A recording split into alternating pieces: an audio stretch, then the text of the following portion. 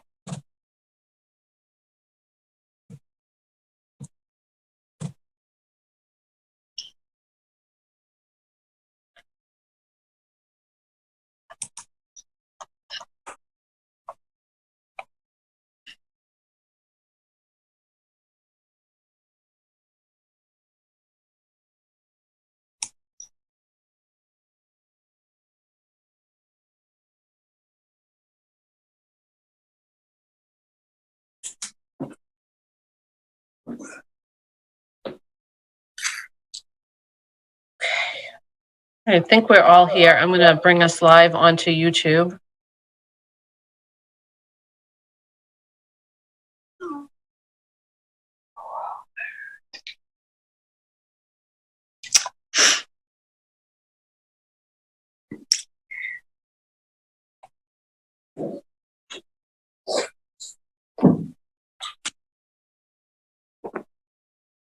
Okay, Mr. Mayor, we are now live on YouTube. Thank you, Dr. Kelly. Good evening, everyone. Welcome to the February 16th Revere School Committee meeting. Please rise to salute the flag.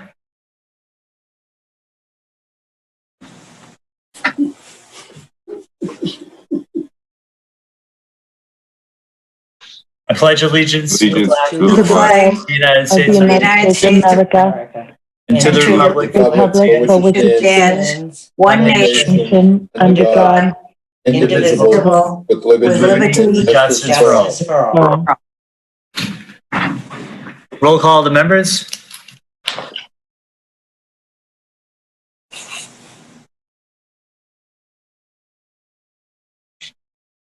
Mrs. Bronston Rizzo. Yeah. Mr. D'Ambrosio. Here. Mr. Ferranti. Here. Ms. Gravelisi. Here. Mr. Sinella. Here. Ms. Ty. Here. Mayor Rigo. Here. The next portion of our meeting is public speak. I know that there are a number of participants. I believe we have 81 in attendance right now. A couple of notes that I'll make before we jump into public participation. Number one is that the school committee does have a 15-minute limit on the amount of public comment period. We will kind of address and assess the number of people that we get through, but I'm assuming that we'll have a lot. We do limit the remarks that people make to 3 minutes, so if you can please keep your message concise, we greatly appreciate that. And then the last thing I'll say is that it's come to my attention that there may be a number of student voices that want to be heard. So what I would request is that if you are an adult, please wait your turn and let's allow some of our student voices to be heard. We're going to ask that any student that may want to make a comment to please raise their hand, and Dr. Kelly, you will take it from there and start adding people in. But again, I would really encourage if there are any students that would like to say something, raise your hand. We'd like to hear from you first this evening. And just to help with that, Mr. Mayor, if we could ask the adults to lower their hand until after we hear from the kids, that will be easier for us to identify the students to speak. Okay. So we're going to start. Our first speaker will be Dylan Day. And I am promoting Dylan to a panelist because he doesn't have the ability to speak otherwise. Hi. Thank you for having me. My name is Dylan Day, and I'm a resident of Revere and also a student at Revere High School. And I just want to speak from a student's perspective to all of you on what it's really like being a student in today. So one thing that I've noticed is that my classes now are a lot different than when I was at Revere High. And it's really unfortunate because I mean, I'm going to be honest, the classes aren't challenging. They're just not as hard. The work is a lot less. The work is a lot easier. And I feel like I'm being deprived of a proper system. My classes just aren't challenging. I mean, there's been times where I've fallen asleep during class. I mean, I'm going to be honest here. I've fallen asleep and I haven't missed anything. I woke up and nothing's changed. And I feel like it's been like that since March. Another point I want to bring up is the lack of teacher and student relationships with online learning. I mean, there was a class that I had where the whole semester, only 3 students spoke the whole semester. So imagine a class with 30-something plus kids, and the teacher only heard 3 different voices from September to January.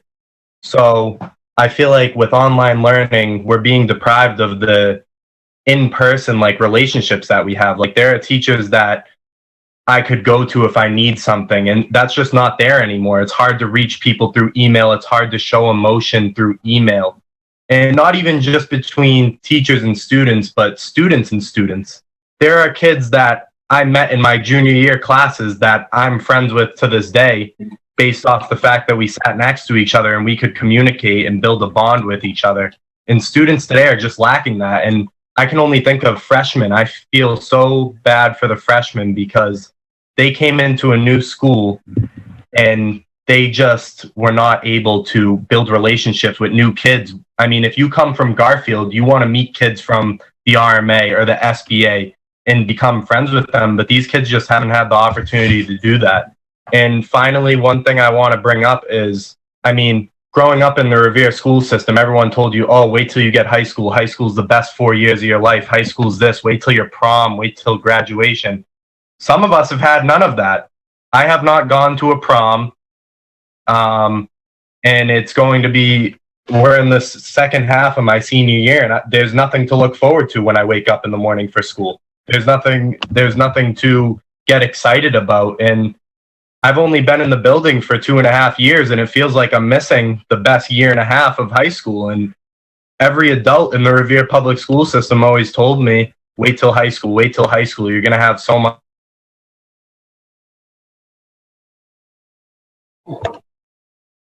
Dylan, I think we lost your audio. Can you hear me, Dylan? He just muted himself. Dylan, you muted yourself.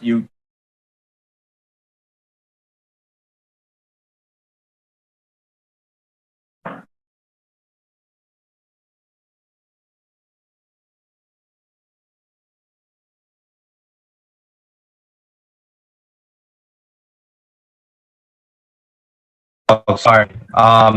Yeah, that was it for me. I didn't know I had to tell you. Sorry about that. Thank you. Okay. Thank you, Dylan. Thank you, Dylan.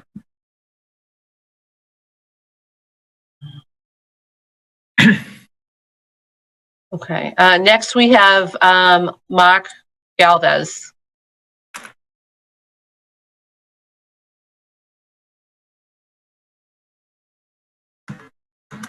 Mark, you should be able to talk now.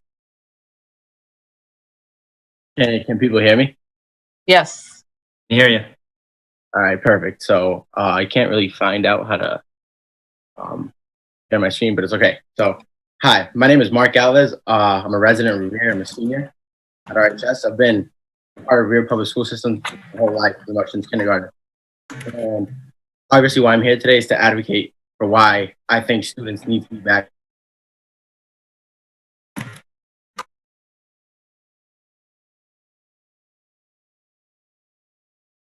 Oh, there we go. All right. All right. Hi, I'll start over. name is Mark Galvez. I'm a resident. I'm a senior at RHS. I've been a part of the Revere public school systems my whole life.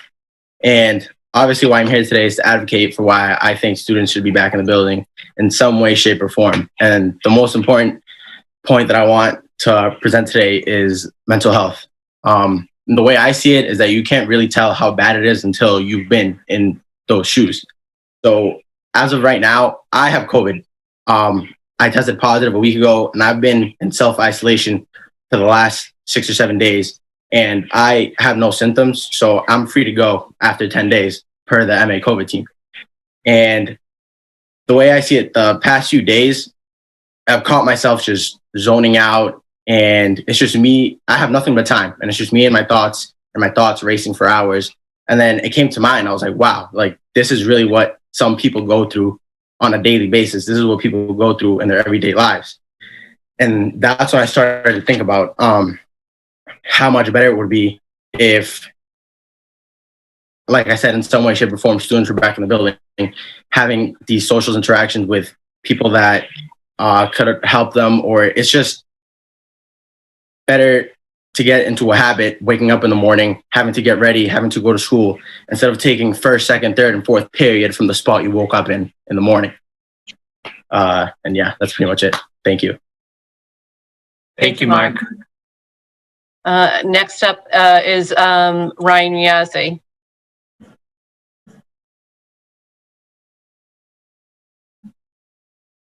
Hi, my name is Ryan Riazzi. I'm resident of Revere. I'm senior RHS and captain of the track team. So I'm here to talk mostly about sports. So personally, I plan on attending BU in fall, and I'm going to try to walk onto the track team. And though with the whole COVID situation, it's been tough when it comes to like the recruiting process for me.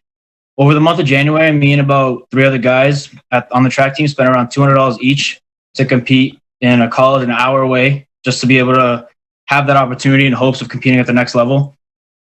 And it just sucks knowing that aspect is out of our control, because no matter how much like work we put in, without RHS being in some sort of hybrid model and some sort of kids being in the building for learning, all of our hard work is going to waste if we can't compete in our like respective sports. And I know that's the thing for a lot of people that are with me, like seniors on this. In a lot of ways, sports are way out for some kids, and a lot of people I know personally only show up to school on the everyday basis to be able to compete in sports. And it's creating like this awful mindset where if the kids aren't able to play and take part in what they enjoy, they're starting to fail classes. And it sucks because I saw firsthand how sports change people's attitudes towards school. One of my teammates on the track team that was with me during that month of January was failing all of their classes in December, like before they started doing this. And as we started practicing and stuff, I started getting on them, like as a captain, like I tried getting them to start doing stuff in school. And I saw like their grades went up, and they ended the semester passing all their classes because of that like routine they started building up, going to practices, going to these meets, having that like willingness to want to go and be better at the next level. And that's a lot of kids in our city. And it just sucks knowing that like I can drive 15 minutes away to another city and know those kids that go to that high school have those opportunities and are able to compete in their respective sports. And overall, I truly think sports are a positive impact for the athletes and just in general, the morale, like the community in general. As a football player as well, I saw that as like our football team was doing good last year, I saw the community like start to like rise and like help each other out. And it was just like walking down Broadway, you see that people were like actually happy and like the morale was up. And I think in a time like this, everyone just needs that type of morale booster in their lives. And I think the first step to that is getting some sort of group of kids back in the school where that will allow another group of kids to be able to be happy and have that morale booster in their lives and be able to compete in their sports, be able to want to be better in themselves and like better themselves individually. And that'll just like be a good thing for the community in general. And I think that's why it should be a big reason to want to go back in. Thank you. Thank you, Ryan. And now that's the last student in the participant group with a hand up. So I'm going to go to Ryan Doucette, our student member, who I know is going to speak on behalf of a few kids. Can you guys hear me? Mm-hmm. Okay, so first I would just, one of the first statements I'm going to read off is from John Tran. He's a senior at RHS. He's a fellow football captain of mine. And he says, With college on my mind, I knew that this semester would have been a strong push. I had to focus extra hard on my academics and also do my college applications. However, now with my 8-year-old brother at home with me too, it would be much more difficult. My dad was always at work, so I am the sole responsibility at the house during the school day. I first felt the frustration when I had to take a test in one of my AP courses. My little brother ran into the room because his computer had issues and I was not able to connect him to his class. I panicked because my test was timed, but I also just couldn't let my little brother miss the class. Incidents just like this happen much more often, and it reached points where I broke down because I was so frustrated. Online school was already enough for me to be angered, but now I had to worry about my little brother as well. It finally reached a point where I knew online school wasn't working for my brother. His teacher contacted me and said he had not done any of his work outside of school since the beginning of the year. It struck me because I had already had enough time with him at home, and he might not even have to stay back. It took a while for me to finally understand his opportunities and websites for doing work so that he could do it himself. I don't know how they expected him to use the computer well when there were things I didn't even know how to do in my high school classes. However, education would not only be the problem. I saw a decrease in my brother's physical health. Because our school schedules are different, lunch was a big issue every day. I couldn't leave to get school lunches for him, and he was also just not able to eat the food I made. This would lead him to just snacking around, microwaving food, and distracting me from my Zoom classes while he had lunch. He would be sitting in one spot all day and eating unhealthy diets. Even with this diet, though, I believe that some moving around physical activity would help. However, that also affected him by being at home. At the Wayland, there would be gym class every day. However, on Zoom schedule, he only has gym once a week, and it's also a very limited gym class and does not compare at all to the gym at school. I believe that the sake of my brother being at school is the best option for him. Although he's making his way through online school, I believe that is an anchor that is holding him down. He always longs to see his friends and go back to school where things are always different and better for him. I hope that he's able to go back to school for the better of his education and for his health. And then I have just one more statement from the secretary of the senior class, Minashik. And she said, "My name is Minashik, and I currently am a senior at Revere High School. Today I am not writing to you as a secretary of the senior class, or a member of the student senate, or the captain of the speech and debate team, but I'm stepping out of all my roles and writing to you as simply concerned student elevating the voices of my peers. I love to talk, and as I continue to conduct dialogue with my classmates and friends, I see both sides of the reopening story. On one hand, I talk to students who are losing all motivation. Students like myself who normally thrive in academic situations I now struggle to show up to classes. In the past semester, I told over 15 absences because my mental health did not allow me to show up to my classes, and quite blatantly, I saw no point of showing up. On the other hand, I talk to students who have lost loved ones on the pandemic and are afraid of leaving their homes. I want to preface my remarks by saying that I see both sides of the story, and as someone who has watched almost every school committee and city council meeting, I know that everyone has the same goal of pushing for the safe return of students in the building, and I truly do applaud those efforts. However, as every debate competition or Molly conference has taught me, if you want people to listen, you have to make them feel heard, and the matter of the fact is that regardless of where students may stand on the reopening, we don't feel like we have a seat at the decision-making table. Having personal relations with a number of school committee members, I personally know that every member has values student voice, and that is why I am urging you to create a seat for us at your table. I am pushing for the creation of a student-based forum to conduct in dialogue, as I do acknowledge the school committee has limits on public speaking and other things on the agenda, and I hear the stories and opinions of all students. As history has taught us, and time again, it is through stories and shared experiences that we solve some of our most pressing issues. Thank you for listening to my statement, and thank you for all the work you do. I look forward to working with you to facilitate dialogue. And that is all I have for students who could not make it to the meeting tonight but wanted to share their statements. So thank you. Thank you, Ryan. Thank you, Ryan. Mr. May, there are 7 additional attendees with hands up at this time. So I can just take them one at a time. Oh, God. The first one is Jean LaRosa. And as folks are brought into the room and can make public comment, I would ask that they provide their name and address for the record.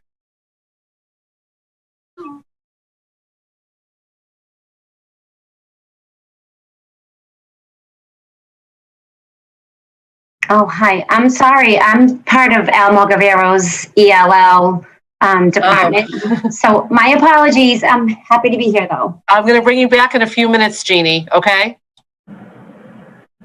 Let me see. Now I got to figure out how to get you back.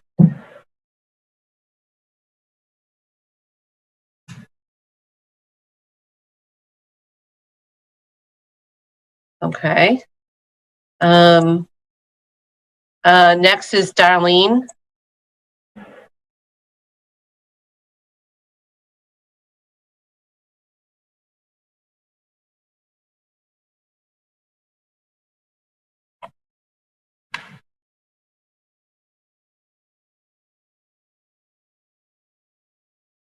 Darlene, you can unmute. Okay. Hi. The reason I'm calling is. I'm sorry, Darlene. Can you just? My name is Darlene Jones.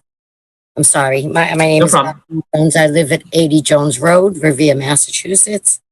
And I have a few questions. One is I'm concerned about the implications when the school's open, what it would have on seniors, but not only seniors, all people, especially with comorbidities.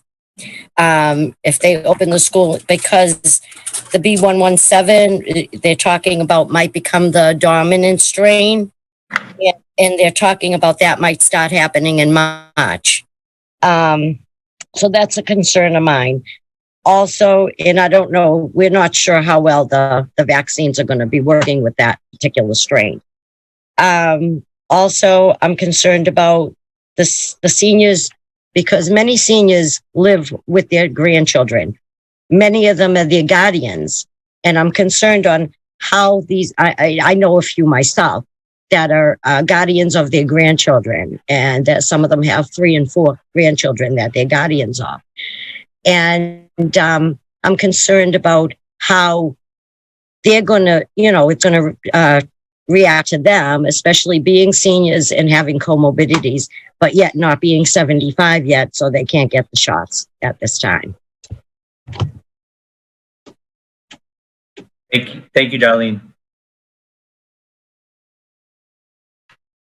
Sorry, Mr. Paczynski and I are having some technical difficulties as I'm trying to run this meeting. So that's why I keep closing my camera as we try to work that out. All right. Next up is Mr. Joseph Ciccarello.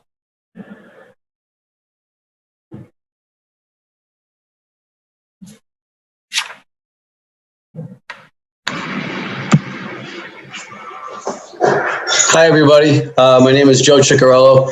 I've been teaching in Revere for, I think, 24 years now. I teach mainly juniors and seniors. I coach hockey and softball. I taught every single one of those kids that have spoken tonight and even read from the letters. And I hear their frustration every single day in my classroom. Dylan, I'm going to get you tomorrow saying that you sleep in my class. I'm going to make sure you never sleep in my class. I think that I come to you for two-prong as a teacher and as a coach. I've always said that I'm a teacher coach because teaching comes before coaching. Just like they're student athletes, they need to be students well before they're athletes. I believe wholeheartedly that these kids, the kids that need to come back, I know there's a lot of concern about a lot of kids don't want comorbidities. They're living with elderly. I think that I would be pushing for the kids that want to come back and are willing to, as well as the teachers. That has to be first and foremost.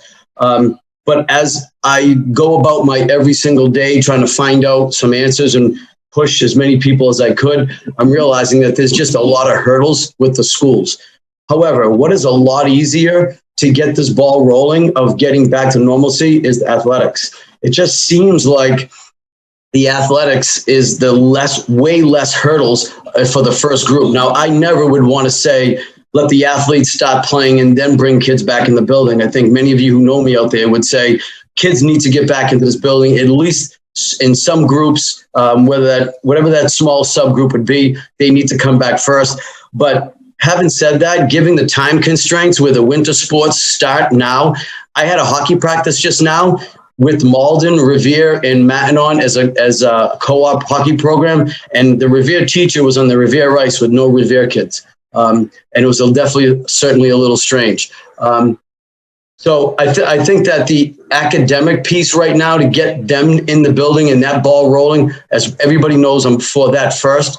I just think that those hurdles are time consuming to jump over, whereas athletics have been going on all throughout this whole pandemic. So those hurdles are way less. We just came back from hockey practice. The rink was clearly marked. Everybody abided by all of the protocols. Every single player had masks on. Coaches had masks on. We walked in, we practiced, and we left. I'm sure basketball and any other winter sport would say the same thing because our whole league is already starting, but Revere. I never would ask anybody to let the athletes jump over any sort of other subgroup, but given the time constraint of the winter sports already starting and given the situation of the hurdles academically to get that group to start, I'm just asking the committee and everybody involved to at least let the athletes be the first to start in this unusual times. Let that ball roll first because that hurdle is so much easier to jump over than the other subgroups. Thank you. Joe, I just want to clarify a couple of things that you said. All of the teams in the GBL are not practicing yet, correct? So it is my understanding that they could start now. I haven't heard, I think Everett is starting, Medford, Malden, well, of course, we're with Malden, and I think Somerville just said yes, and Lynn voted, and I'm not quite sure what the last two was Lynn and Everett. Lynn and Somerville. I think and Chelsea's not back yet either, and Lynn's not back yet either. I just want to be clear because there's a lot of people saying everybody is back but us. Yeah, no. Yeah, and I just want to make sure we're being factual with what we say. Okay. Sorry. Okay. Thank you. Next is Ralph DeChico.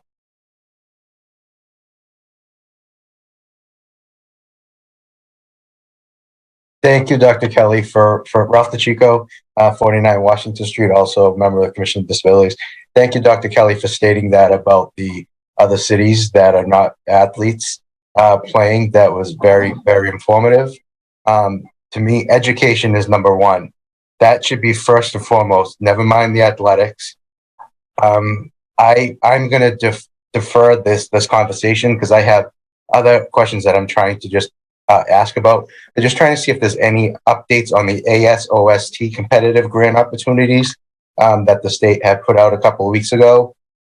Also, there was some other grant opportunities that were just announced today that I wanted to see if the city of Revere has any information on, and if they're also going to be trying to get the funding on it. There's a pre-K to grade 3 remote learning partnership grant that's not only going to be for now, but it's also going to be extended through the summer and to the beginning of last year. So hopefully, I know there's no comment that's going to come now, but hopefully there'll be some information that could come out on emails about that. But there are a lot of grant opportunities for schools that are in hybrid or remote learning as of January 19th for pre-K to grade 3, along with this financial literacy and planning implementation grants that have been just released.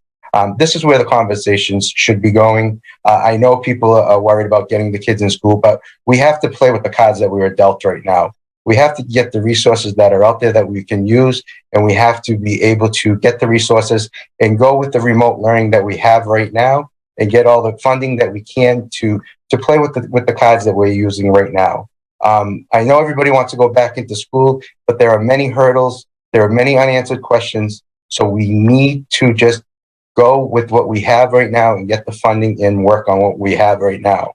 I know we're in almost at the middle of February now, and there's families with learning disabilities, ELL. These grants will go a long way in helping get the resources for those families. Thank you. Thank you, Ralph. Next is Kristen Martin.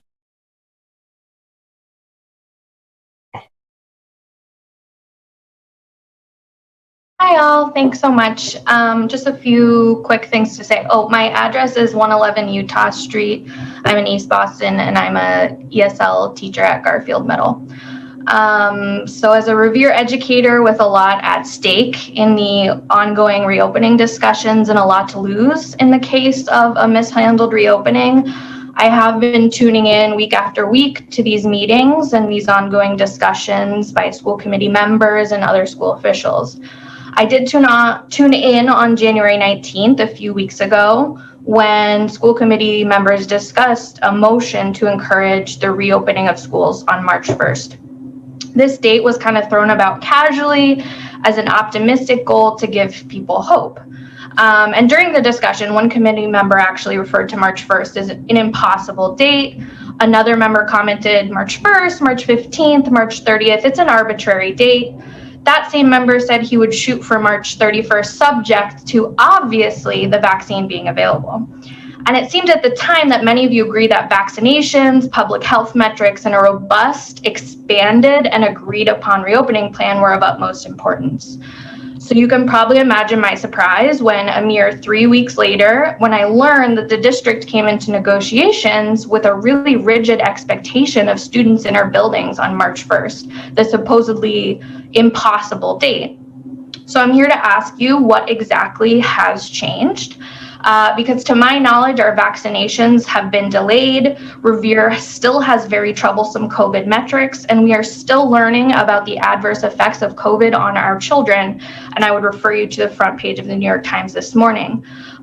More than anything, teachers want to be with our students, and we are working as hard as we can, not only inside the classroom to plan engaging and effective lessons, but also outside the classroom. And I can speak for many members when I speak of the countless calls to Governor Baker's office, petitions demanding the vaccine, and fighting for the MTA's new pilot vaccine program.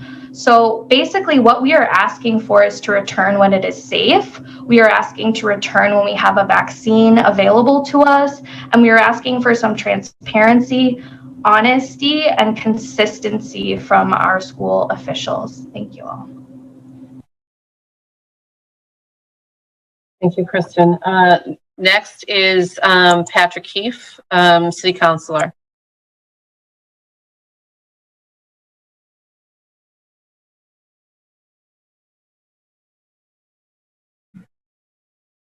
Hi, good afternoon or good evening. Thanks for having me.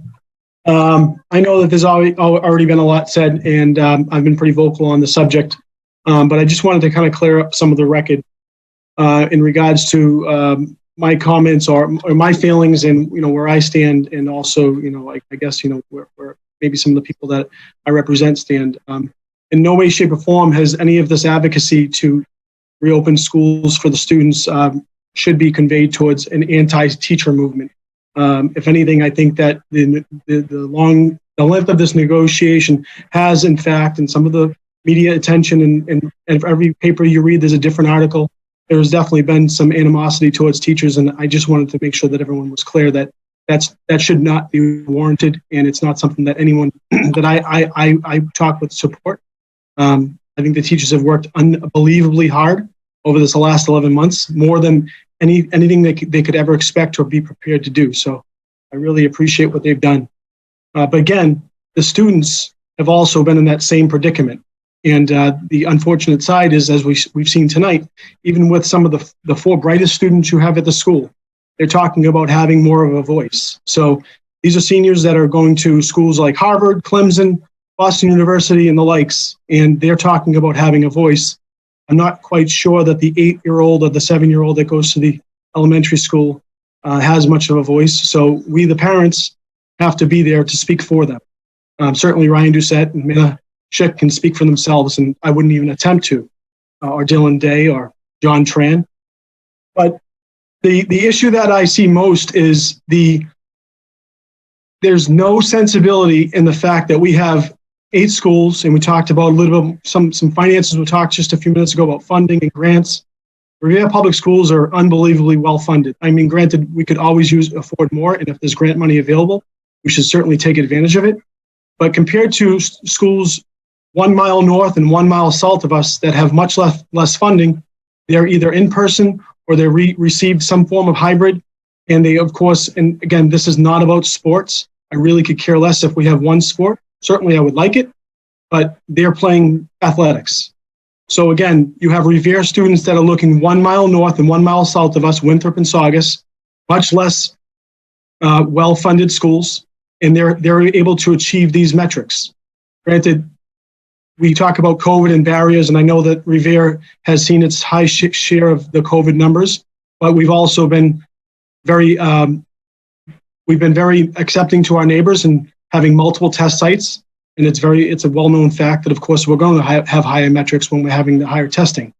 But going back to how can we turn our backs on the highest need learners? And we talk about ELL, special needs, and high-risk students. It's probably a very small population, maybe 5 to 8% of our student base. I don't understand why we can't have sensibility to allow just that population in our schools. I'm not advocating for my child. My daughter's a senior in high school. She's receiving college applications. I leave her home all day with my son. They take care of their own business. Are they doing great? No. Have they suffered emotionally? Yes, a little. Have they suffered physically? Yes, a little. But I'm not concerned with them. I don't care if they go back to school this year.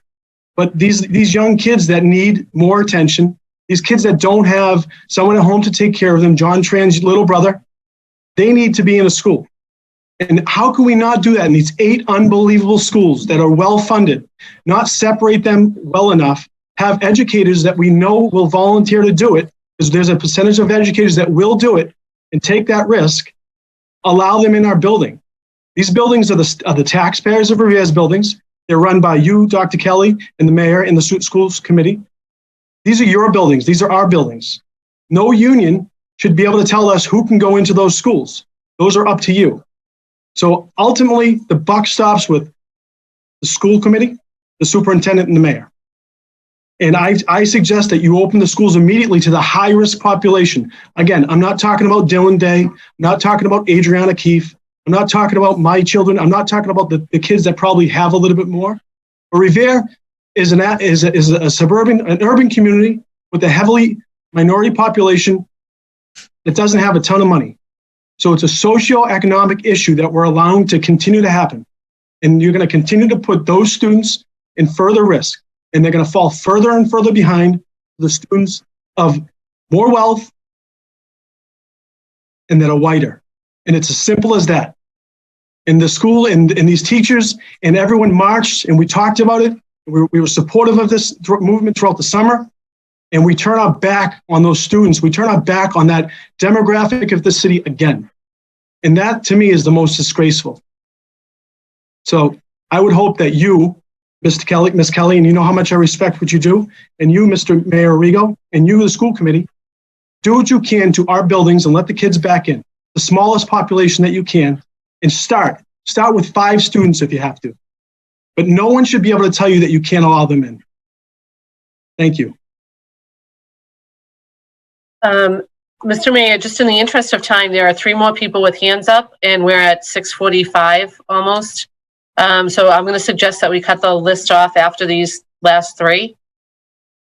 We'll cut it off at the I think the last name I see is Jennifer Jones. Yep.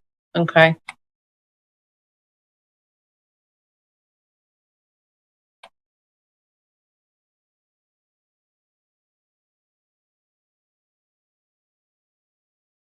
So the next one is Emily Delauri. Hi, can you hear me? We can. Oh, excellent. My name is Emily Delauri. I live on Bartholomew Street in Peabody, Massachusetts, but I lived in Revere for 30 years of my life, so Revere holds a very special place in my heart. I am a middle school intensive special needs teacher in Revere, and I have to say that hearing the comment about starting that March 1st start date was very disturbing to me, considering that we are on February vacation right now, and I'm sure that most teachers don't want to be prepping for their classroom to be open on March 1st. So that would only kind of give us a week to really prepare for whoever is deemed necessary to come back into the school. With that being said, being an intensive special needs teacher, my classroom looks, and I'm speaking kind of selfishly from the point of view of intensive special needs teacher, which there aren't a lot of us in Revere, but there are some of us. And our classrooms look a lot different than a general ed classroom or an inclusion classroom, or even some of the SLG classrooms. We focus on things such as ADLs, activities of daily living. We do a lot of personal care, which is, i.e. toileting, teaching students how to wipe noses, teaching them how to wash their hands, brushing their teeth. These are the main aspects of a lot of their IEPs. And we also do a lot of hand-over-hand assistance, and we're very, very close to our students. Very, very close contact at some points. And I wonder, what would my classroom and the other classrooms like mine actually look like? Because what we're talking about, my students are the highest need students in Revere as of right now. And I am all for getting them back into the classrooms. I really am, but there doesn't seem to be a plan in place that I have heard personally. So if there is a plan, then I apologize. But if there isn't, then what would my room look like? What would I actually be doing? Would I be standing at the Emily, front? I can have your principal reach out to you on that. All of that has been shared with teachers, but just in the interest of time, you've been speaking for 3 minutes already. So I just wanted to highlight that. Is there anything else that you want to tell the committee? Yes. One more thing would be about the vaccine. I myself am pregnant, and I would my OB would tell me that I would be having a tougher recovery time with the vaccine, which I plan on getting. And for all other educators, would that be something that would affect our sick days if we would have to take time off because of the vaccine that we would be getting? And that's about it. So thank you. I'll ask Dr. Gallucci to reach out to you about your personal medical concerns and sick time. All right. Thank you. Next is Gina Garrow.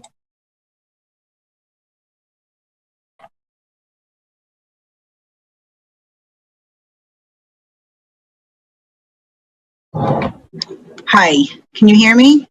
Hi, Gina. Hi, everybody. I will be quick because I know we're short on time, and I just 165 Hudson Street, Somerville. Thanks.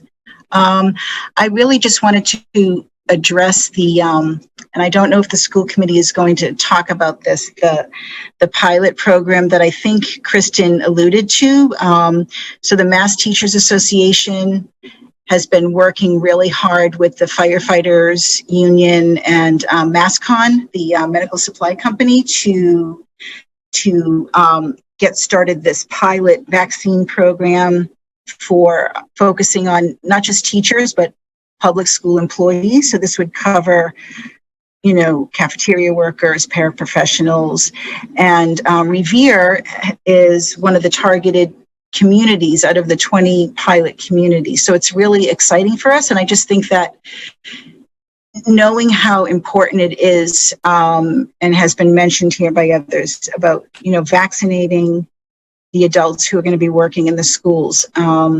This is an opportunity for the teachers union, the community, the school committee, the superintendents to work together to push our officials to really make something like this vaccination program happen, because the legwork has been done. It's ready to go. We just need the governor to really okay this. And Representative Mariano, for example, has said how educators are a priority. And so I think we could really work together to get to put the pressure where it needs to be put so that we can vaccinate the public school employees and move towards, the safe return to in-person learning.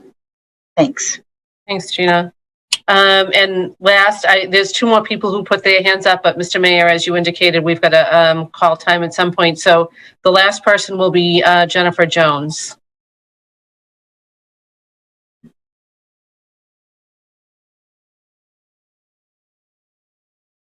Hi, everyone. Hi, Jen. You can hear me, right? Yes. Yep. Well, I was just going to first start off by saying to Mr. Keefe that the teachers are the union. So I don't know, when he says he didn't want to bash teachers, I kind of just felt the bashing there too, because we all are part of that union. But other than that, I will say this. As a teacher, I'm still confused about the timeline to start school. In the school committee I was watching on January 19th, it seemed pretty obvious that March 1st was a date that many felt were impossible, with some of the words that were used. And another person said they were just kind of using the wording that March 1st was as wording rather than like a goal to be optimistic. So as a teacher, I'm just sitting here still confused. In order to go forward to the hybrid model, isn't the job now to put measures in place for everyone to be safe in doing so? Why are we putting a date on something? I'm just wondering, shouldn't we rather make sure all safety precautions and CDC guidelines are in place and ready to go? Shouldn't that be our timeline? Rather than I'll just briefly answer that. That's all done, Jen. We've met the CDC guidelines and all the others from public health officials. And I know that however people heard it, that the committee voted at their last meeting to push toward a reopening of schools on March 1st. You know, there was discussion certainly about whether or not that was an appropriate date. In the end, that was the date that they voted.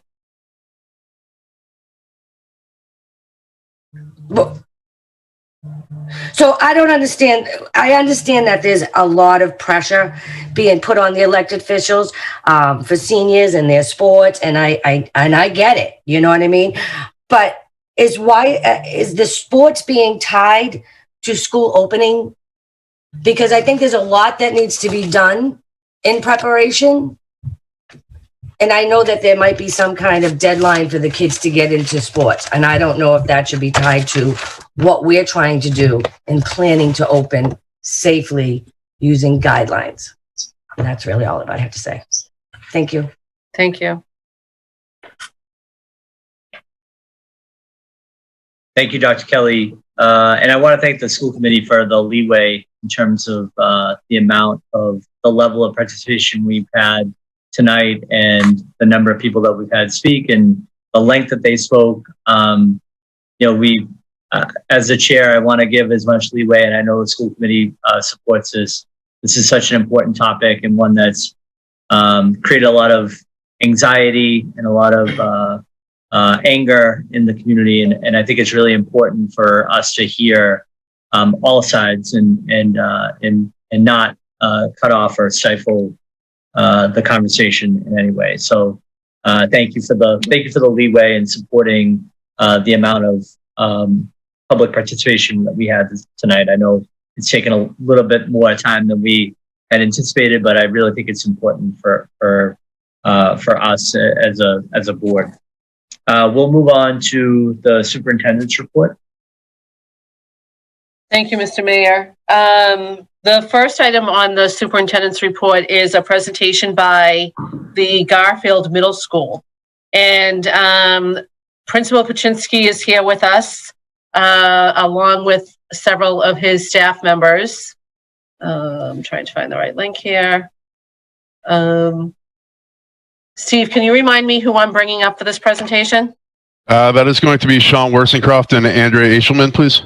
Okay.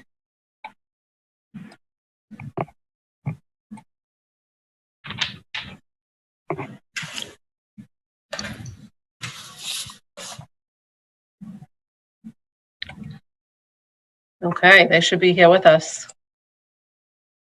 All right. Now, are you able to share the screen, Dr. Kelly, and run the slide? I hope so. I mean, your presentation has been giving me trouble like nothing else today. Okay, well, we're going to do our best. So am I free to go? And I'll start the video. Well, give me 1 second and let me just open up the presentation and get the screen shared. Is that okay? No, that's fine. Okay. And I hope I have the right version. I could also make you a co-presenter if you wanted to share your version.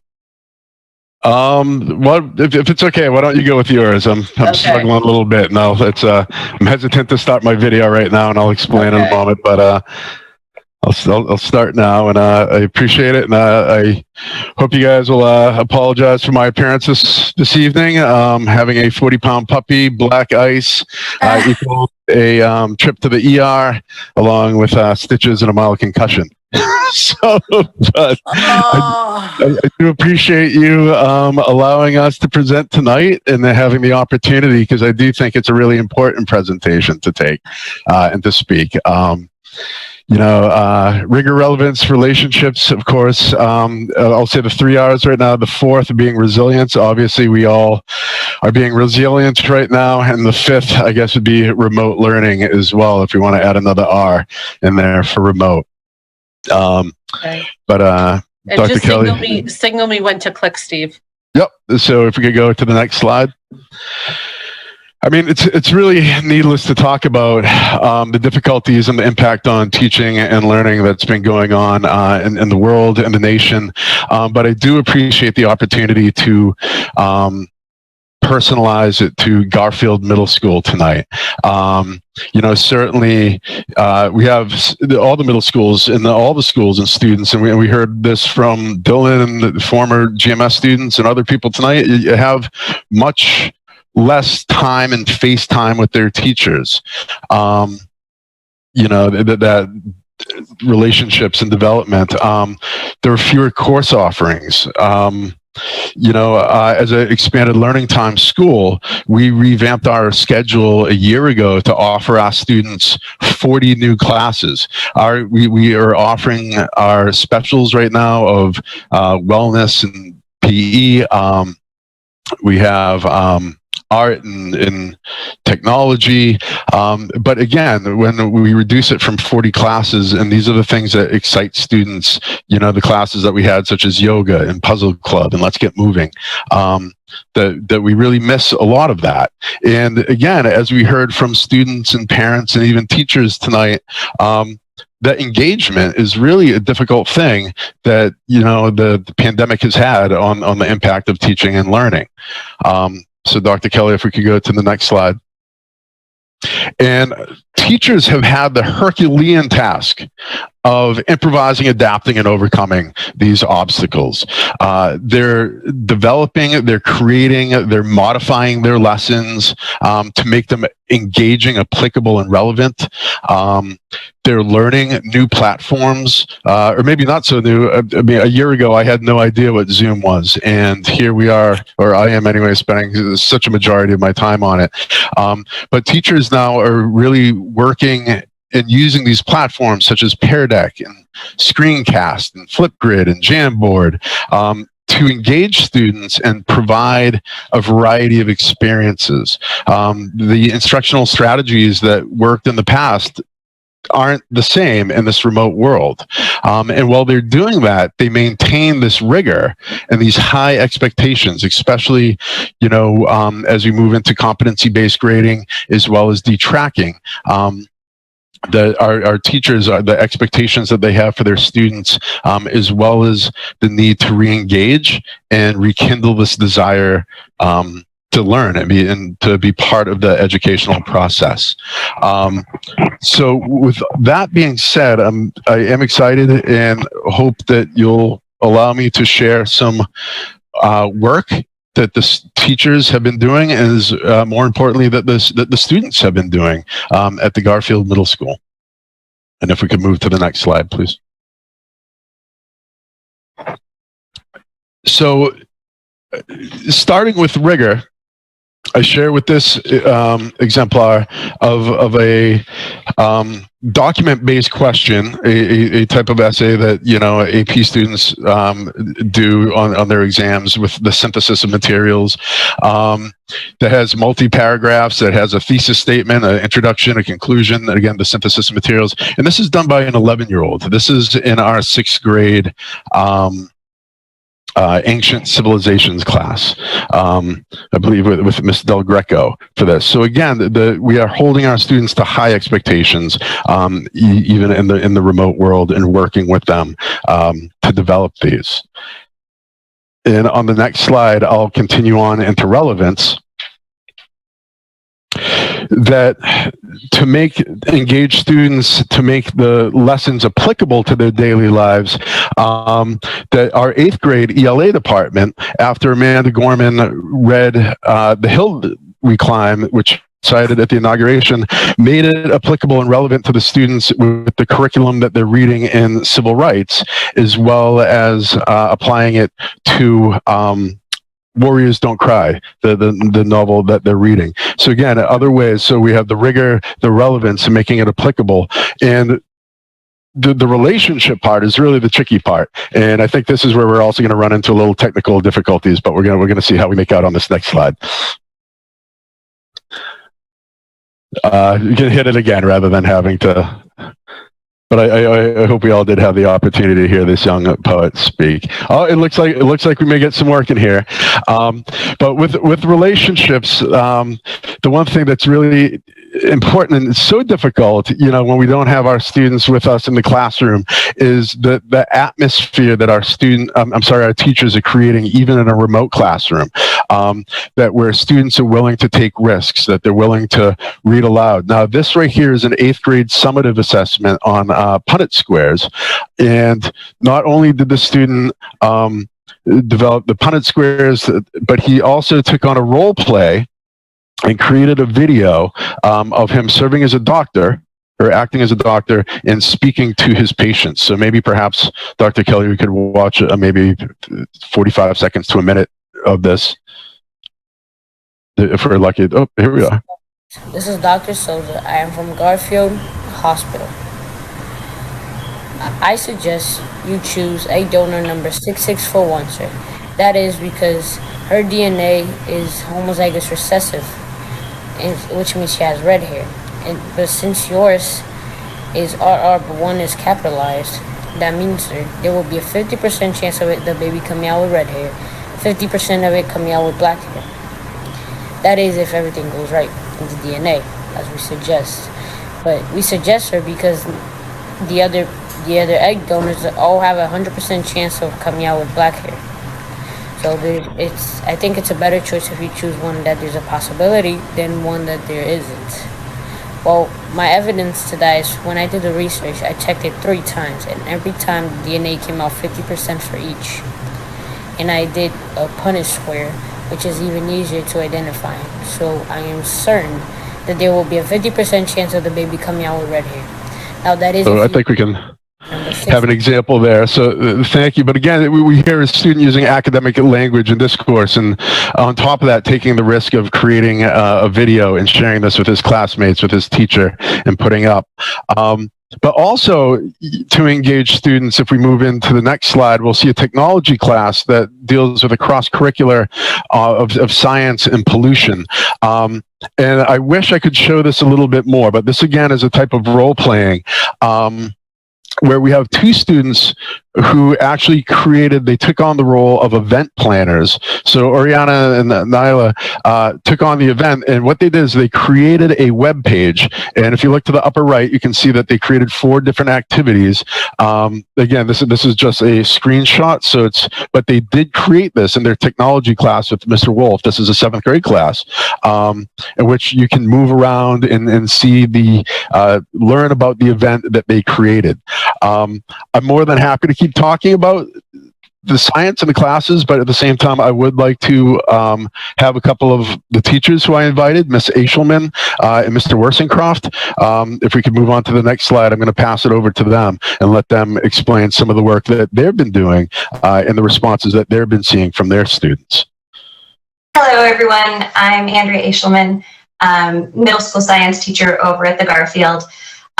This project here is the Rube Goldberg Machine Transfer of Energy Project. And if any of you have a 7th grader in Revere right now, you've probably seen this project in some shape or form working in your house. I created this project looking at my students in the Google Meet and Zoom world and knowing that they weren't getting that hands-on interaction. They weren't playing with the toys of the science classroom. And so with the encouragement of my 7th grade science team, I built this project to really get back to the hands-on learning that I knew that they were missing out on, and also to engage them in the academic rigorous language of learning about energy, and as well as the engineering design process. So if you could move to the next slide, please. So the criteria for success was watching other Rube Goldberg machines. If anybody's ever heard about these are those crazy multi-level machines, all to do one simple task, like blow out a candle or pop toast out of a toaster, but it might take 7 steps to get there. And the students went through the whole process of engineering, choosing a simple task, gathering materials, brainstorming, drawing the schematic, building the machine, testing it, and then going even further and videotaping their machine and sending that to be seen. So if you could move to the next slide, I think we have an example of that. So this is what one of my students drew as a schematic, outlining all of the steps, including identifying where the transfers of energy would be. So he both designed this project, utilized materials that we created baggies for, and Mr. Worsenscroft will talk about that in the next part of the presentation. And he designed it, he identified all the energy transfers, he created it, he videotaped it, and we can see it in the next slide.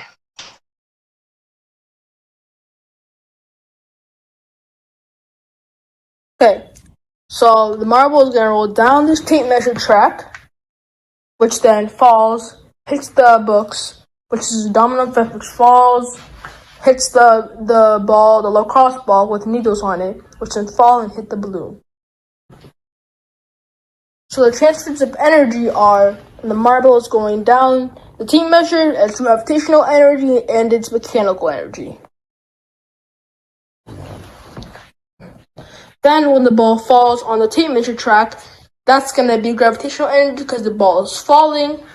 When they hit the books and it's a domino effect, that's mechanical energy because an object is moving.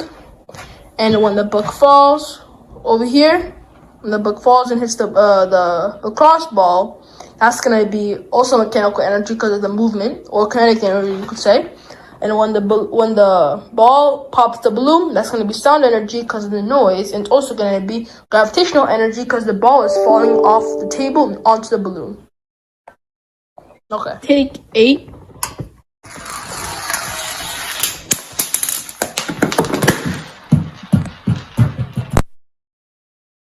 Thank you so much for showing that. So all of my students got to engage in academic language. They got to talk to their peers. They got to do team practices of their various parts of their Rube Goldberg machines.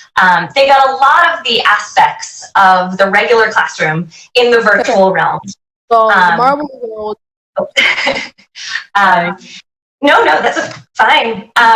And these are the bags of materials that we had students pick up, or we actually even dropped them off at students' homes. Now, I hear the frustration, and you may have heard my own children in the background, of having everyone at home. But the teachers, at least at the Garfield, and everyone who I'm talking to through my cross-district PLG, we are working as hard as we can to recreate the classroom experience through this virtual world as best we can in this crazy year of the pandemic. So I want to pass it over to my colleague, Mr. Worsenscroft, to explain kind of even further what we did as teachers here. Okay, so this is the first year that Andrea and I got to work together, and right away we found that we were both in love with project-based learning, and we were a little upset, you know, we can't do this project or that project because they need the materials at the school, but we did eventually come up with some equitable way of getting the materials out to the students who are happy with that, and we're very happy with the results. And this is one of my students, Lindsay Reyes, I hope it works. And they were able to use academic language and do a project that was very engaging for them. Hi teacher, this is my rope call machine, and I'm going to explain the different types of transfer energy. So this marble rolling through the paper roll with potential energy from mechanical kinetic energy, it's going to hit the dominoes, then the dominoes is going to fall, and then the last domino is going to fall through the paper roll with gravitational potential energy, then it's going to turn it out the Christmas tree with electromagnetic energy.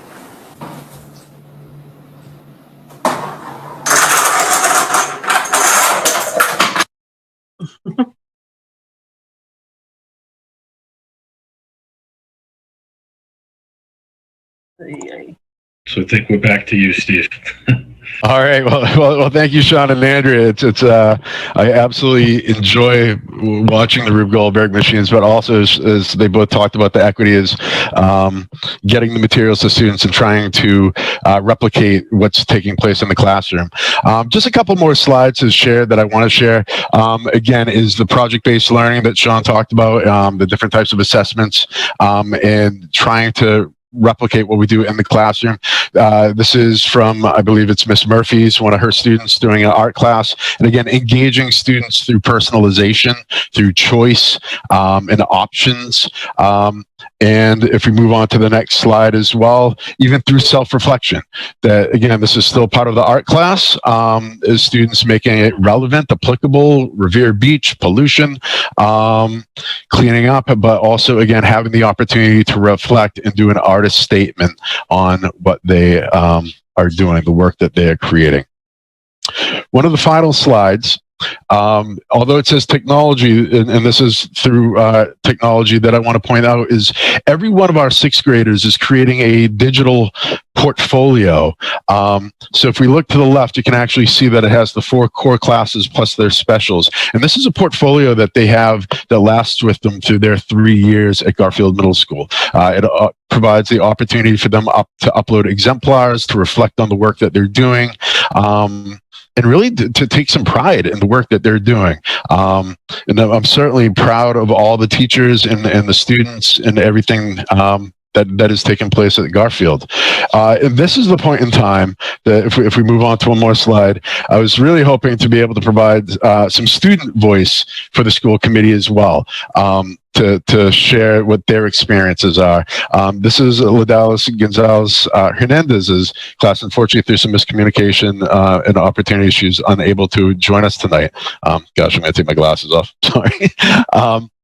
But this is what wellness and the PE looks like a little bit in the remote world. And again, this is really something that, as far as engagement and replicating what takes place in the classroom, if we move to the next slide, we'll see that it's connected to standards or for the state and the wellness standards of what is taking place. And ultimately, for the third slide, the next slide, would be the opportunity that this is again done with Mr. Moscow and Mr. Ortiz, one of our student teachers who worked with Mr. Moscow. Oh no, we're not going to be able to see any of these. So ultimately, what was here is that Alice doing salsa dancing. And unfortunately, it's me walking you through it, or maybe if I could play some salsa in the background, if Alexa was hooked up, I'd be able to do that. But what the student did is actually uploaded on Flipgrid examples of her dancing, 2 different things. And then her teacher actually was able to provide personalized feedback through Flipgrid to her. So again, these are the ways that we are engaging or trying to re-engage our students and to make the learning to be rigorous, relevant, to develop those relationships, which again, we all recognize are difficult in this remote learning. But if we could move on to the final slide, I do hope and am hopeful that we are going to see some sunlight as we make our way through this forest of the pandemic. You know, we're talking, and certainly there's with the vaccines and the hoping to get to hybrid as soon as possible and have students in front of us, that this blended learning, that these lessons that we're learning, the ways that we're engaging students in the ways that we haven't before, the work that all of our teachers are putting into the time, the effort, the blood, sweat, and tears, and this is going to take us even further. And one of the things that we're excited about with Garfield Middle School is we're actually also applying for a grant through the state, through DESE, which is allowed to us through the expanded learning time, in which we hope to take these project-based universal design and learning, again, make them and bring them to our students in a hybrid model, be it in the spring, be it in the summer, and certainly as we continue on into the fall of 2021. So again, thank you very much for allowing us to share some of the work that our teachers and students are producing. Again, I'm extremely proud of all of them. And thank you for your time tonight. Thank you, Steve and Andrea and Sean. Great job. Do any members have any questions or comments? I'm clapping. No, Ms. Ty's clapping. Everyone's clapping, I think. Great job. Thank It you. was great. Well, thank you all. And thank you all that you're doing. Be well.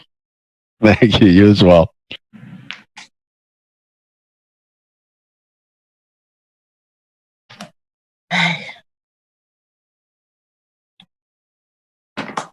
All right. Sorry, I'm getting the next group ready.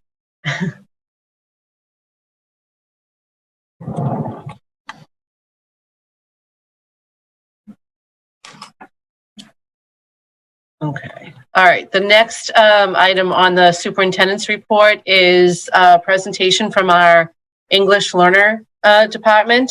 And so joining us is going to be Mr. Mogavero, who is in charge of that program, and several of the teachers who work in that program.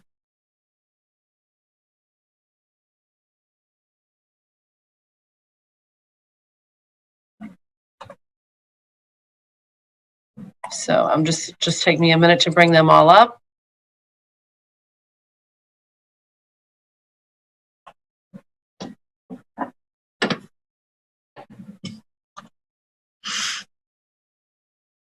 And I am looking for Michelle Irvin. Michelle, if you have your name, let's see if I can get it from Irvin. Oh, Ms. Irvin, here we go.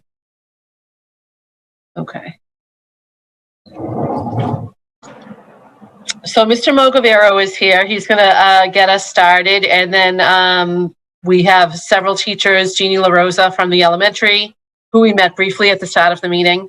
Lorraine Martins Pereira from the middle school, and Michelle Irvin and Mary Flynn from the high school. So Mr. Mogavero, I will give it to you. And do you want me to share my screen? I think so. Or I think that's the best thing to do right now. Thank you. Righty. Should be this.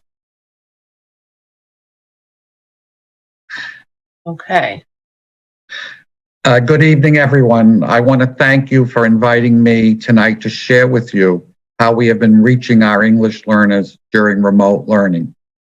In a moment, I will also be joined by our English learner teachers, Jeannie LaRosa, Lorraine Martins Pereira, Michelle Irvin, and Mary Flynn, who will also share with you how they have been teaching and engaging our students during this pandemic. Next, thank you. During this presentation, I'll present our response as an English learner department, which will include our instructional model, collaboration, family engagement, and then we will hear directly from our teachers and their point of view.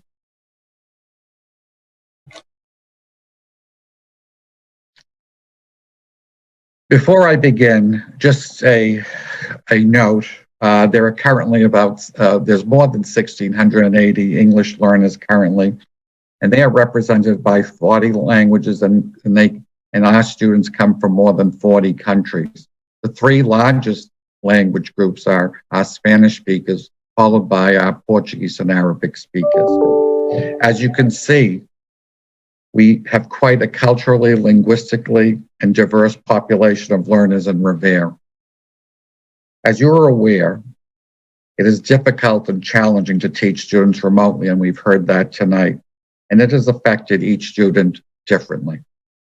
For our English learners who are learning English at their different levels of proficiency, student engagement is challenged as our teachers and all teachers need to adjust their teaching from in-person to remote learning and plan lessons and activities by integrating listening, speaking, reading, and writing skills, making them interactive and comprehensible for our students.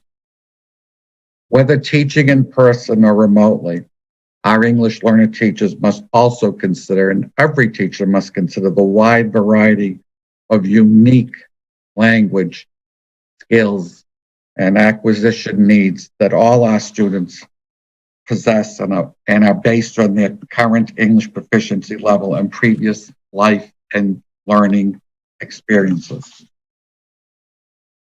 Nevertheless, our English learner teachers during this pandemic are truly dedicated, innovative, and have risen to the challenges. They have learned new ways to teach, plan, co-plan, collaborate.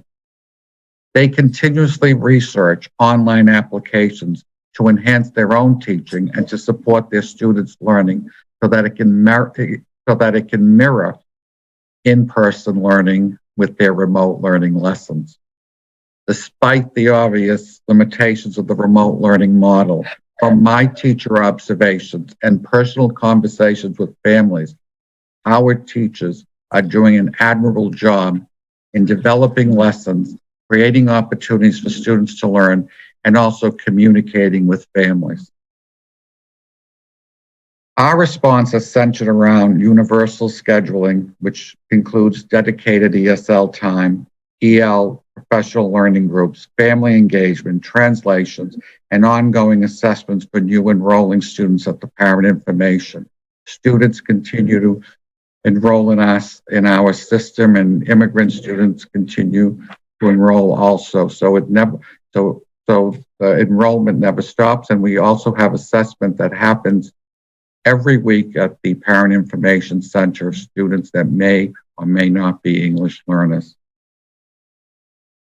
Next, please. Thank you. Sorry, I don't know what just happened. It just rolled like a Oh, bunch. that's okay. That's fine. Here we go. That's perfect. Because of universal scheduling at all schools for English learners, there is a dedicated block of ESL instructional time where ESL or English learner teachers work directly with students to build their proficiency skills in English every day. Included as the flex block are office hours at the middle and high school levels, which is a time where teachers can check in on students and support students' social, emotional concerns, as well as giving them extra help or technological help. Next slide, please. Thank you. In addition, teachers are continuously reaching out to students and families through translated messages on online applications such as Class Dojo, Remind, Lion Bridge, Talking Points, other tools, and of course the typical telephone call that continues to be made to the homes. The Parent Information Center, with its bilingual staff, the family liaisons that have been hired throughout the district, and translators continue to communicate with families to support them, resolve any issues, and help make this learning more accessible to our students. Yes, thank you. Professional learning groups, as part of our remote learning plan to support our teachers during this time, teachers have been provided dedicated professional learning time to meet with their English learner colleagues and grade level colleagues. This has provided teachers with opportunities to co-plan, collaborate with all staff, consult with each other, and share best practices in teaching remotely. Ongoing discussions and future discussions involve the access testing, the new WEDA 2020 standards, supporting newcomers, and competency-based learning. Finally, translations. The school system has made available numerous translations to communicate with families and to keep them up to date with what is happening in the school.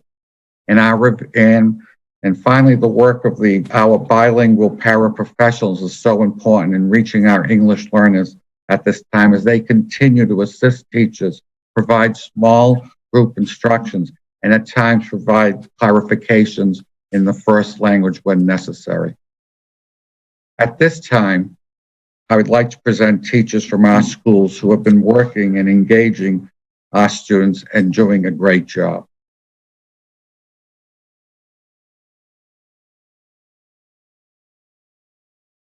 Ms.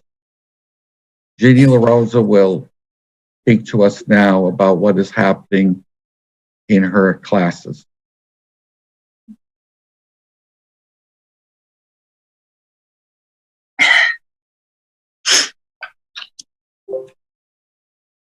Sorry, I was just trying to unmute. Hi, everybody. Thank you for having me and welcome to my classroom. Here we are.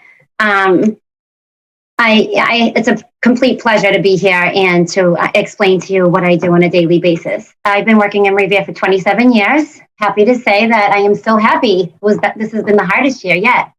So I'm just going to tell you a little bit about what we use as ELL teachers at the elementary level and also along with that, what I do. But here's some programs that we use, which is SAVIS. It's an elementary school reading program, which is also math science related. We use Reading A to Z, Epic Books, and ReadWorks. Teachers are using Boom Cards and another program called Seesaw. They're interactive activities where the kids can actually be online and navigate the computer and move things around and really interact and send work. And the Seesaw really allows some videos and recordings as well. Okay, Dr. Kelly, thank you. No, what's happening? I keep losing my thing here. Okay, sorry. Some learning platforms that we're using focus on communications, and it also really helps the kids really learn at the elementary level a little bit of technology, maybe a lot, including myself. So Peer Deck encourages the kids to interact and engage in the lessons. Google Suite, Meet, Slides, interactive activities. We're using Class Dojo as a means of communication, which we've always used. But I feel like now with remote learning, it's almost on a pretty much daily basis. And the students can upload work. We can translate right on Dojo. I'm bilingual Spanish, and I'm also learning a whole lot of Portuguese. So it's really simple for me to communicate with most of my students. But the Lion Bridge translation service I use with a little boy from Rwanda. In a matter of 5 minutes, I had a person speaking Rwanda translating. We're on a video call. And so that's another that we use, which is great. Next. Here's an example of my schedule. In particular, I teach students, so I teach newcomers. A newcomer is, I'm sorry if you already know, but I'll just go over. A newcomer is a student who has just gotten here in the first year or the second year, and they've only been here a little bit towards the end of the first year.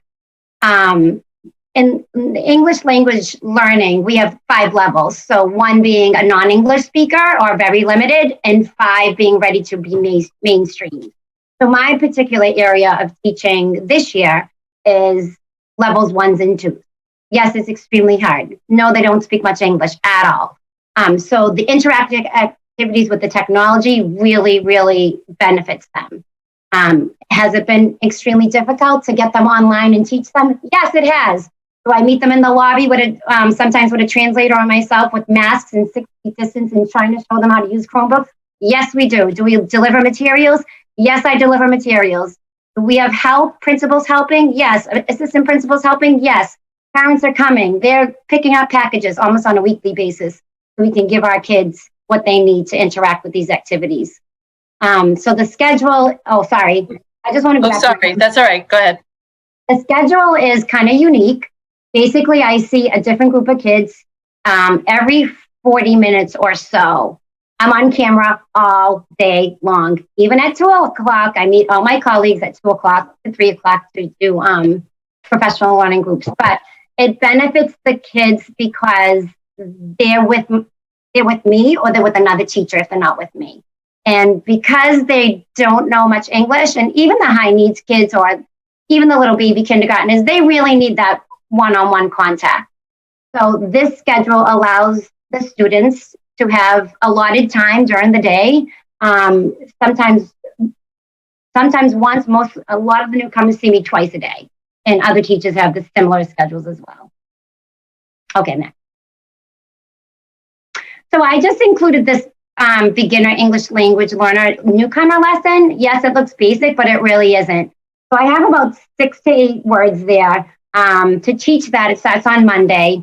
I roll out the background building and knowledge on the 4 seasons in particular here. It is basically a piece of notebook paper. At the time, it was October, and we had limited resources. So we started on Monday, Tuesday, Wednesday, really looking at vocabulary, reading about it, enhancing it. But on Fridays, I do a culminating activity where it's a hands-on project. So this was a hands-on project, and we used basic household items. They colored paper, they used tissue, they used cotton balls if they had them. If not, they used a Kleenex. And they tore that up to just show the changes in the leaves on the trees, as well as enhancing the vocabulary.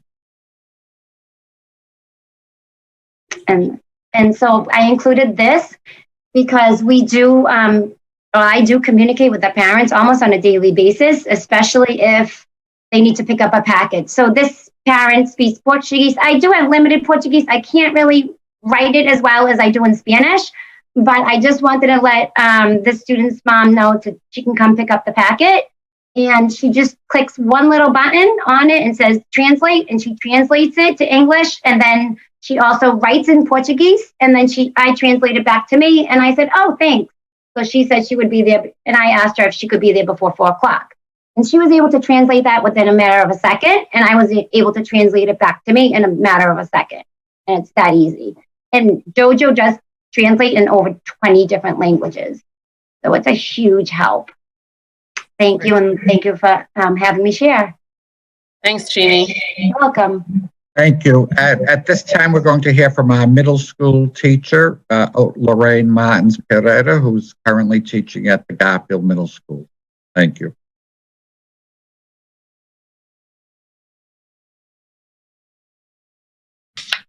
I was muted, of course. So thank you for having me tonight. Good evening, everyone. I'm Lorraine Martins Pereira, and I'm an EL teacher at the Garfield Middle School. As we all know it, this year has been extremely challenging, and I'm very proud of our students' resiliency, positive attitude, and willingness to adapt to a new normal. Similarly to my EL colleagues, my students and I use many online platforms.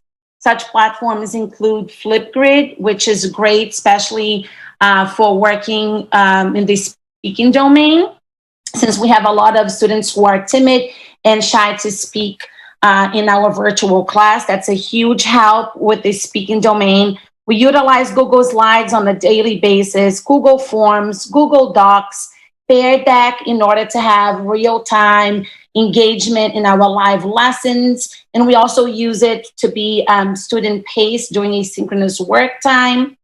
Kahoot, Edpuzzle, Screencastify, Kami, Newzilla, Jamboard, Google Meet, and my favorite, Zoom, and its whiteboard features to promote an efficient and engaging instruction targeting all domains, which are listening, speaking, reading, and writing. Google Voice is also used to maintain communication with parents and guardians through texting. That has been the go-to app that most of us are using at the middle school level. It's great because we do get to have that contact with parents and let them know what is going on. I am trilingual. I do speak Spanish and Portuguese, which helps tremendously in communicating with parents and guardians. And like I mentioned previously, I teach intermediate ELs, and that means that most of my ELs are levels 2 and 3. And the slides that I have in front of you demonstrate this slide and the next one, if you'd like to move it forward, Dr. This one here? Yes. Okay. I chose to show you, that's a final product of our students being able to use technology skills on an opinion writing that also demonstrated real life. It has real life application. They had to tell me to write a letter and basically say if students should wear uniform or not, a very hot topic in middle school for middle school students. And the other writing prompt had to do with being able to use cell phones in school or not, which again, very relevant for middle schoolers, having that real life component that really engages students in expressing their voices. This writing assignment also had, was meaningful to them because they had to use the real life applications. They had to share slides. They had to create their own slides. Like I said, this is the final product, but there was a lot of back and forth between the students and I, messaging real time, saying you should make adjustments here, use transitional words there. So in order to produce this final product, students had to use academic English, utilize the correct conventions in the English language. And in addition to it, they had to get direct, like I have said before, live feedback, which was given to students by me during the task using Google Slides Live.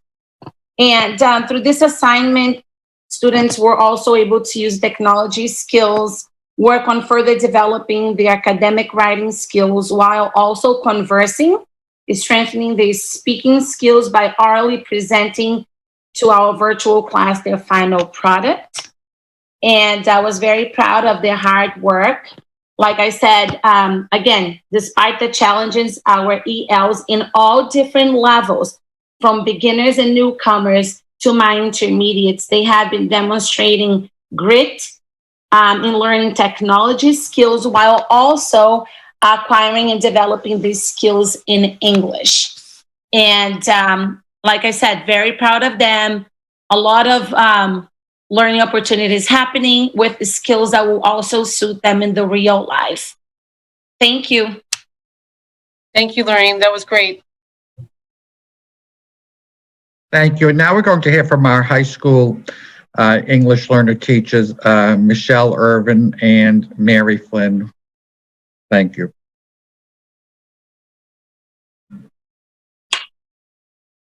Hi, my name is Michelle Irvin. I teach level 1 at the high school. This is my third year at the high school, but I have been teaching for about 24 years total.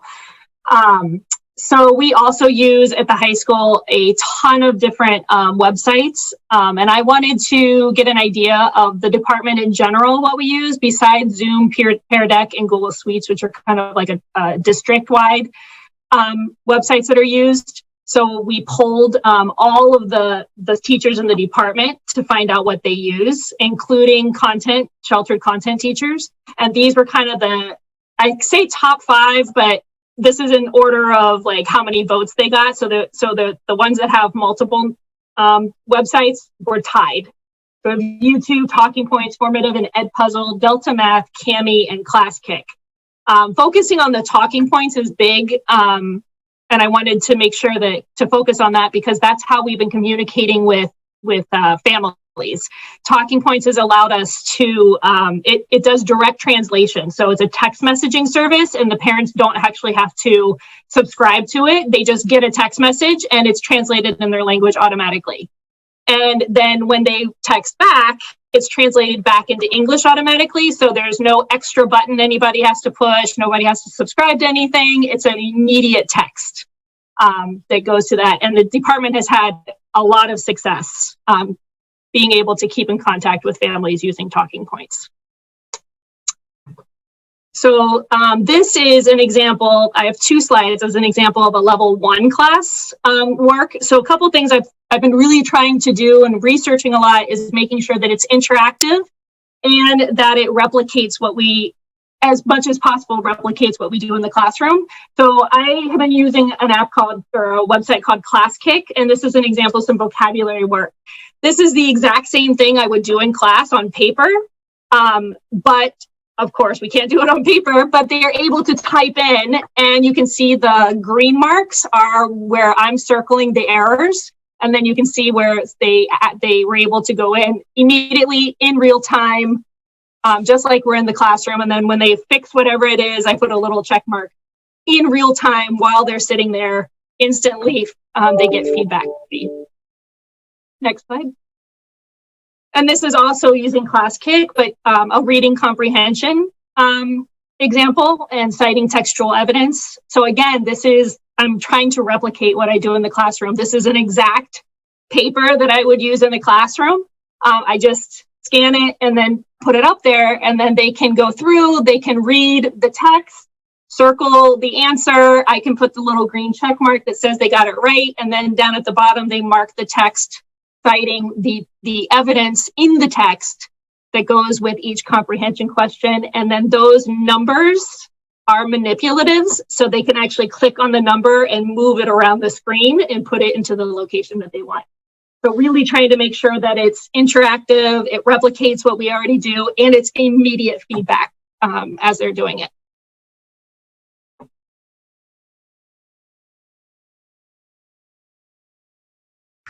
Good evening. Hi, my name is Mary Flynn. I've been teaching in Revere for 18 years. I can't lose my accent, but I've also spent a lot of time teaching in England and Australia. Okay, I teach level 2 students who are at the early intermediate to intermediate level. This slide contains instructions and support for a writing and speaking assignment that I gave just last week. My objectives were to have students choose 8 topics over 2 lessons because it was important to explain the steps. From a possible 25 topics, 6 are shown top right on the slide, and create complete sentences on Pear Deck, which is a Chromebook extension. This extension allows me to watch as students create their responses. I can give feedback and also remind students who need to start or continue their work. I can also spy on them and find out who isn't doing any work. Once I corrected the sentences, students were asked to practice reading their sentences aloud. And for the speaking part, they were asked to record themselves reading their sentences on Flipgrid, another Chrome extension. They could re-record if they noticed that they did not check yes to all the expectations that I had set. On the bottom right, there is a sentence checker indicating the 6 features of a sentence available on the student's slides. I created this about 2 years ago for students, and I asked them to use it to check their sentences before submitting them because it's very difficult for them to remember that the pronoun I is capitalized, and they still forget to put capital letters at the beginning and periods at the end. So they don't always catch the errors, but I believe that it helps them practice self-checking. Next slide, please. Thanks, Dr. Kelly. This slide shows one student's 8 completed correct answers that he practiced before recording himself reading them. And they were related to topics that they could relate to themselves. Next slide, please. I think we're losing your connection a little bit, Mary. Okay. Thank you. This is Michelle now. Okay. So this is an example of a level 3 work. It is very similar to what I had shown on the level 1. It's a reading comprehension and citing your work. This is done on a website called Formative, which is also very simple in that the student has to read it. You can see the reading comprehension. I believe this it looks more like an MCAS work. The student has to mark the multiple choice, and then down at the bottom where it says show your work, that's where the student annotates the text and is able to demonstrate where they find the answer in the text and how they found it and annotating that text. And again, it's also in real time. The teacher can watch the student actually going through their marking it. They see whether it was right or wrong immediately. They get immediate feedback just like they would in the classroom.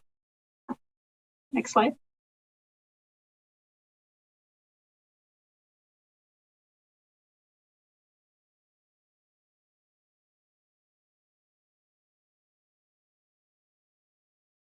Did we lose Mary? I think she's on. I'm on mute. Yes, I'm on mute. Sorry. Woohoo! Right. So this level 4 assignment is from Dr. Asha Chana, who teaches level 4. Jen Hayes teaches level 3, and a lot of the work that she does in level 3 leads the students on to be able to do the work for Dr. Chana. Students in level 4 are not quite ready for regular classes, but they certainly will be prepared after they've finished studying with Asha. And this year is the first year we've introduced a level 5 taught by Jerry Delauri. So we're really responding to the problems that we've been facing, not being able to instruct in the amount of hours that we used to instruct. So we've let me think, we have put in a gap, or we filled a gap by adding level 5. This slide and the following slide show Asha's instructions for the semester 1 final essay this current school year. Thus, the instructions and any assistance were given remotely. It's a very challenging multi-step project and similar to projects they do in level 3 and then they will be doing in regular English classes. Asha also included graphic organizers for her students to go through the planning stages of an essay, but not shown here due to time constraints. Asha is in regular contact with ELA teachers and attends their PLG meetings, so her students are well prepared for regular English classes when they exit our ELL program. Although they are still able to seek help from ELL teachers if necessary. We don't just throw them into the wild. And one thing that does engage my kids when I work from home is my life-size cutout of Tom Brady. So they're engaged when I'm at home at least. Okay, thank you very much for giving us the opportunity to present. Thank you, Michelle and Dr. Kelly. Yes, thank you. Thank you. Thank you. Thank you so much. Do any committee members have any questions or comments? Ms. Tai? Yes, I have a question about the flex block at middle and high school, at which time you carry on conversations about social and emotional concerns. How do you do that with maybe the 9% of kids who don't speak the major language? For example, you know, a kid who speaks Tagalog, or I'm not even sure what language I could identify on that. That must be a real challenge for you, although I'm sure you're up to it. But what do you do about those social and emotional conversations for the kids who speak the, let's say, minor languages? If I may speak to that, I do have a few students who do speak Arabic and Turkish, and I unfortunately do not speak those two languages. Yeah. Only Spanish and Portuguese. So we do use LionGate to help us with the translation, and we do have very close contact with the guidance counselors and adjustment counselors at our school, where we communicate every day on a daily basis if we have concerns, if we have questions on how the student is doing academically and socially as well. Students are not showing up. So we do have those conversations on a daily basis with the adjustment counselors and guidance counselors. And together, we reach out to parents. I have used Google Translator to communicate with parents myself, you know, and translate that on the email to get the conversation going. And then when we do have meetings, we do use the LionGate bridge translators, which are more reliable, but the conversation is there. And Google Voice has been amazing because we get the text messaging with parents in real time. Parents have been really open to talking to us and letting us know if they need help. So if their students are going to be absent, we have to remind them they have to let the school know, because they will let us know, and they reach out to us, to the EL teachers, letting us know a lot of the things that they need help with. So we're kind of like the middlemen, a lot between the school and the families as well. And it's a privilege, honestly, to be working with the kids. As an EL myself, a former English language learner. I know the value of having the school and the family working together. And I can tell you that our counselors are doing a phenomenal job reaching out to the families with the help of us, with the teachers. We're really trying to work with them. And that's how we do it, at least at GMS. That's wonderful. Thank you so much for sharing that and your entire presentation. Thank you. I just add to Mary again? I just want to add our social workers, even for the Spanish, Arabic, Portuguese, and we have a Turkish teacher, an Albanian teacher at school. The social workers and the guidance counsellors, as well as the admin staff and our directors, are really doing a wonderful job to try and relieve the students of the anxiety that they have. So the social workers are phenomenal. Yes, agreed. The work of the angels. Thank you. Yes. And the nurses. One of the things we talked about in our waiver to the state when they didn't appreciate that we had fewer than 40 hours of synchronous learning at the high school. And one of the things I said in my testimony to the Board of Education and to the Commissioner is, if we don't have asynchronous time, then kids can't seek out the services that they need.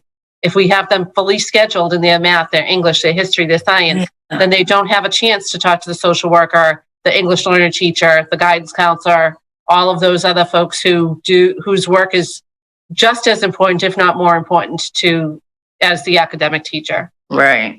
Yeah. Thank you. Thank you all very much. Great job. Thank you. Thank you. Obrigada. Thank you. Okay. The next item in the superintendent's report is just an update on in-person learning and athletics. And I feel like we actually covered a good chunk of that in the discussion that we had earlier. But just a few high points that I wanted to jump on. You guys don't have to stay. If you want to, I can make you participants again. Do you want me to do that? Okay, Jeannie's going to have a cup of coffee. You good, Lorraine and Mary? Yeah. I'm good. I'll do the same. I'll get that cup of coffee. Do it. All right. I think I'll be getting a wine. There you go, Mary. Thank you very much. And Michelle, you good? 1, 2. All right. So just a few things that we have continued to work on. We are still, I know people have questions about this, but we are still working with the Revere Teachers Association on a plan to continue our impact bargaining to return to in-person learning in a hybrid model. We're going to meet with them again tomorrow, and I know that we're looking forward to that discussion. We are very pleased to see the rates coming down still. It's been a couple of weeks in a row now for Revere that we've seen the community positivity rate drop fairly significantly. We're still very optimistic for a 3-season athletic program beginning later in the month of March, and that would include our fall sports, our winter sports, and our spring sports. We continue to work with Mr. Shea, and he continues to work with the other athletic directors in the Greater Boston League to come up with a plan for games after a significant number of the cities and towns have completed their conditioning program, which is required for 2 weeks before any competitions can be held. I know that Chelsea and Lynn and a couple of the other districts, Somerville, are where we are. They haven't started their conditioning programs yet. So I know there's a lot of anxiety in the community. A lot of people are saying things like everybody's back except for us. And I just want to make sure that folks are being clear and truthful in that. And I don't think people are saying that to be deceitful. I think people really believe that everybody is back except for us, and that's just not the case. But we are in close communication with all of those districts, whether they're practicing like Malden is or not the way we are. So we'll continue that work. Let's see what else.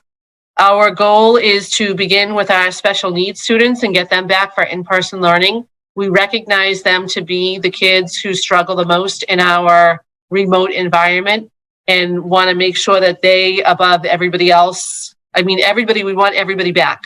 But we want to start with our special needs kids as a first cohort, and then slowly bring in more and more students until we're back up to our roughly 50% capacity, with as many kids who want to participating in a hybrid model. As our reopening plan indicates, our version of a hybrid model is going to be 1 week on and 1 week off. It's a little bit different than a lot of the districts that you might have heard doing 2 days in school with a cohort A and then a day off and then 2 days with a cohort B. And switching the cohorts that way requires a day off in the middle, which is something that we are hoping to avoid by doing the week A and week B cohorts. There's not more that I can share about scheduling because we are still working on the union with that. But people should anticipate a more traditional school day, similar to what we had pre-COVID, especially when the kids are doing their in-person learning. When they're on their remote week, they'll have fewer touch points with teachers in a synchronous learning environment, but you still should expect a beginning of the day and an end of the day when students should be doing their work. We are working with the state. I had 2 calls today about COVID testing for students and for teachers. Once we return to some in-person learning, we do want to make sure that everybody is as safe as possible. And that's one way we could mitigate any issues. We've talked about testing since August as a school committee. And there is a state program. I did have confirmation from Associate Commissioner Russell Johnson today that we would be eligible for that program. And so we're meeting with a representative from the Shaw Foundation and somebody from DESE who will help us actually craft the workup of what that will look like so that we can actually get testing in place. Of course, everybody's hesitant to do that until we have a firm idea of coming back to school, because those are limited resources that are, need to be well monitored. And then the last thing I would share is with our ventilation system. As you know, our ventilation systems were perfectly fine in most buildings, but at the high school, the Beachmont and the Garfield, there were some additional things that we wanted to do, particularly at the Beachmont and the Garfield. We wanted to add MERV 13 filters to all of the univents in each classroom. Those are being installed this week. They started today, actually. And the MERV 13 filters at the high school are completed. They've all been changed out in every single classroom. And as you know, the air purification systems have been in for several weeks. So as we do prepare for a return to in-person learning, those pieces are in place. I just wanted to share all of that. Thank you, Dr. Kelly. Any members have any questions or comments?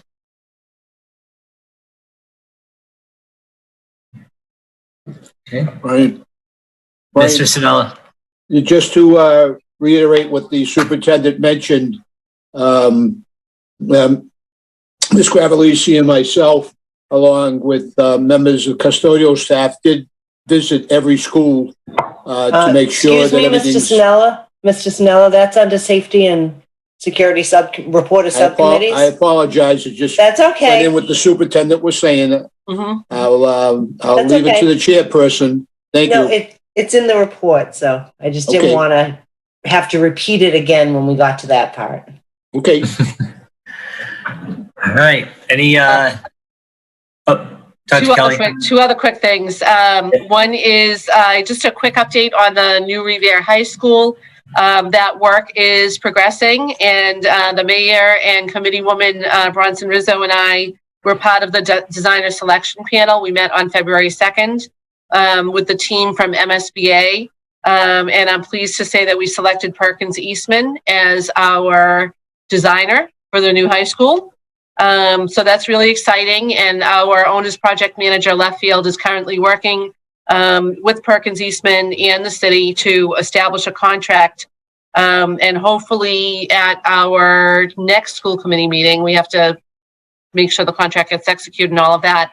But hopefully at our next meeting, if not shortly thereafter, they will be able to present to the committee some ideas that they have, some of the big picture ideas that they're thinking about that made them a forerunner from the other applicants for us. So that's really exciting that we're moving forward with that. Their primary task once we get going will be to help us first finalize where is this high school going to be. That's going to be the big question that'll drive the rest of the questioning that comes after that. And then the other update, somewhat related, accelerated repair projects at the Beachmont and Lincoln are on track. And I want to thank the City Council and the school committee for voting to fund the feasibility studies for those two projects. At the Lincoln, we're working on new doors and windows. And at the Beachmont, we're changing out the heating system. So we did send those hard copies of the votes to the MSBA today. And we expect that they will assign an OPM to meet with us at their March board meeting, and then we can move forward with planning for those projects. So not a dull moment in the school department. No. And that's it for the superintendent's report. Thank you, Dr. Kelly. Any members have any comments? Okay, seeing none, we'll move on to the student representative report. Ryan, take us away. Yep, so I'm just going to share my screen real quick because I actually did a little slideshow. Hold on, Ryan. I think I have to make you a co-host. Okay, there you go. You should be set now. Okay. All right, so if it came at any surprise, obviously tonight I was going to advocate that the students do want to go back into the school. I just want to check, can everybody hear me okay? All set. All right, so obviously we saw in the open forum, I've been trying to really engage with kids, trying to get them to advocate for a return to school because not only personally, but a lot of other students have seen the negative effects that the remote learning has done to students.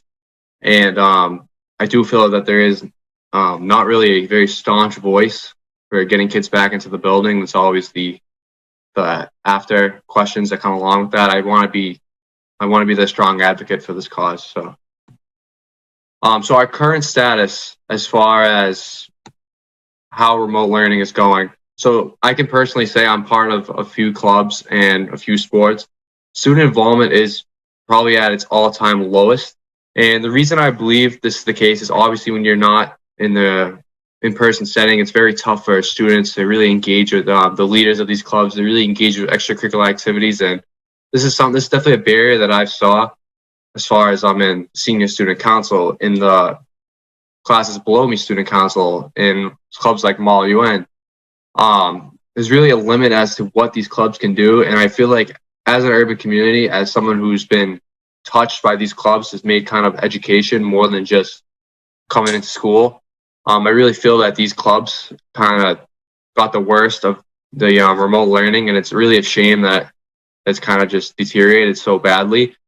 On top of this, I'll go into the Gbl Winter Sports. So obviously the Gbl is slated to start March 1st for the winter sports. Now, we all know that date is probably likely to change, and that also is unfortunate, but I'm hoping that the Revere Teachers Association and the school committee can come to some sort of compromise on the terms of their reopening so that sports can be a possibility. But I'll get into that more later. Also want to just add that as far as resources in the community, I feel like there really isn't any to begin with. It's been really tough, like being an athlete, trying to get kids out into safe environments to still practice sports when we still have all these pending seasons. And it's not just now, but prior to this date, when we've been told that, okay, we're going to play football in a month. We're going to do this in a week. And then we have to organize practices without our coaches. It's been really difficult, especially speaking as a captain and knowing a lot of my friends who are captains of their own given teams. Not having those resources of being able to meet with coaches in person, not having the resources of being able to use city facilities such as basketball courts, having the fields open to us all the time, being able to use the gymnasium, which best of my knowledge, there's no teachers that are in the gymnasium, which really is a burden for students that are not able to take advantage of resources, especially in a community where resources matter so much. We all know about the demographic of Revere and these extracurricular activities and these opportunities in the community that we usually had as students. Not having them this year, it's definitely been a very detrimental factor, and it's kind of making remote learning even worse than what it is at its face value. And lastly, students losing interest in extracurricular activities. I could give you guys a student report on all the great things that are going on in remote learning, but I honestly don't have enough things to say when a lot of students are just losing interest in extracurricular activities. The dynamic that I found with students is that the more we push back, the more we say, okay, we're going to go back now, but now we're pushing it back.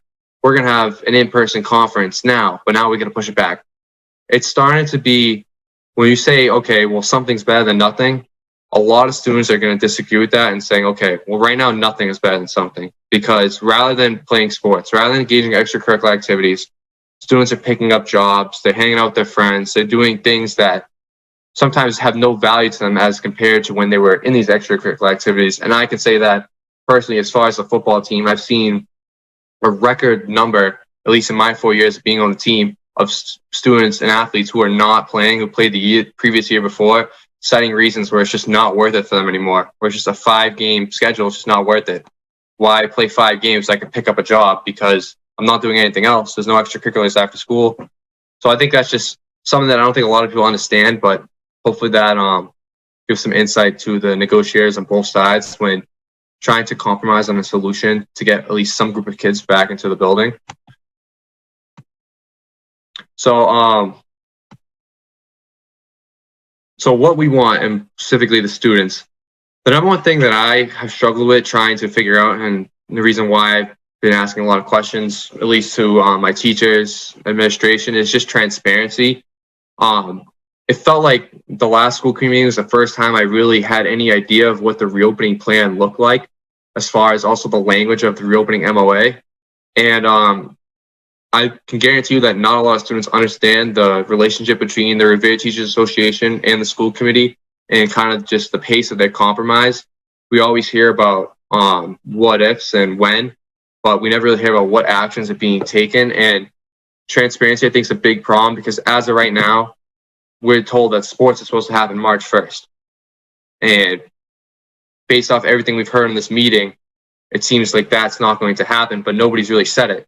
March 1st is less than 2 weeks away, and these students still haven't met with their coaches since March 12th of last year.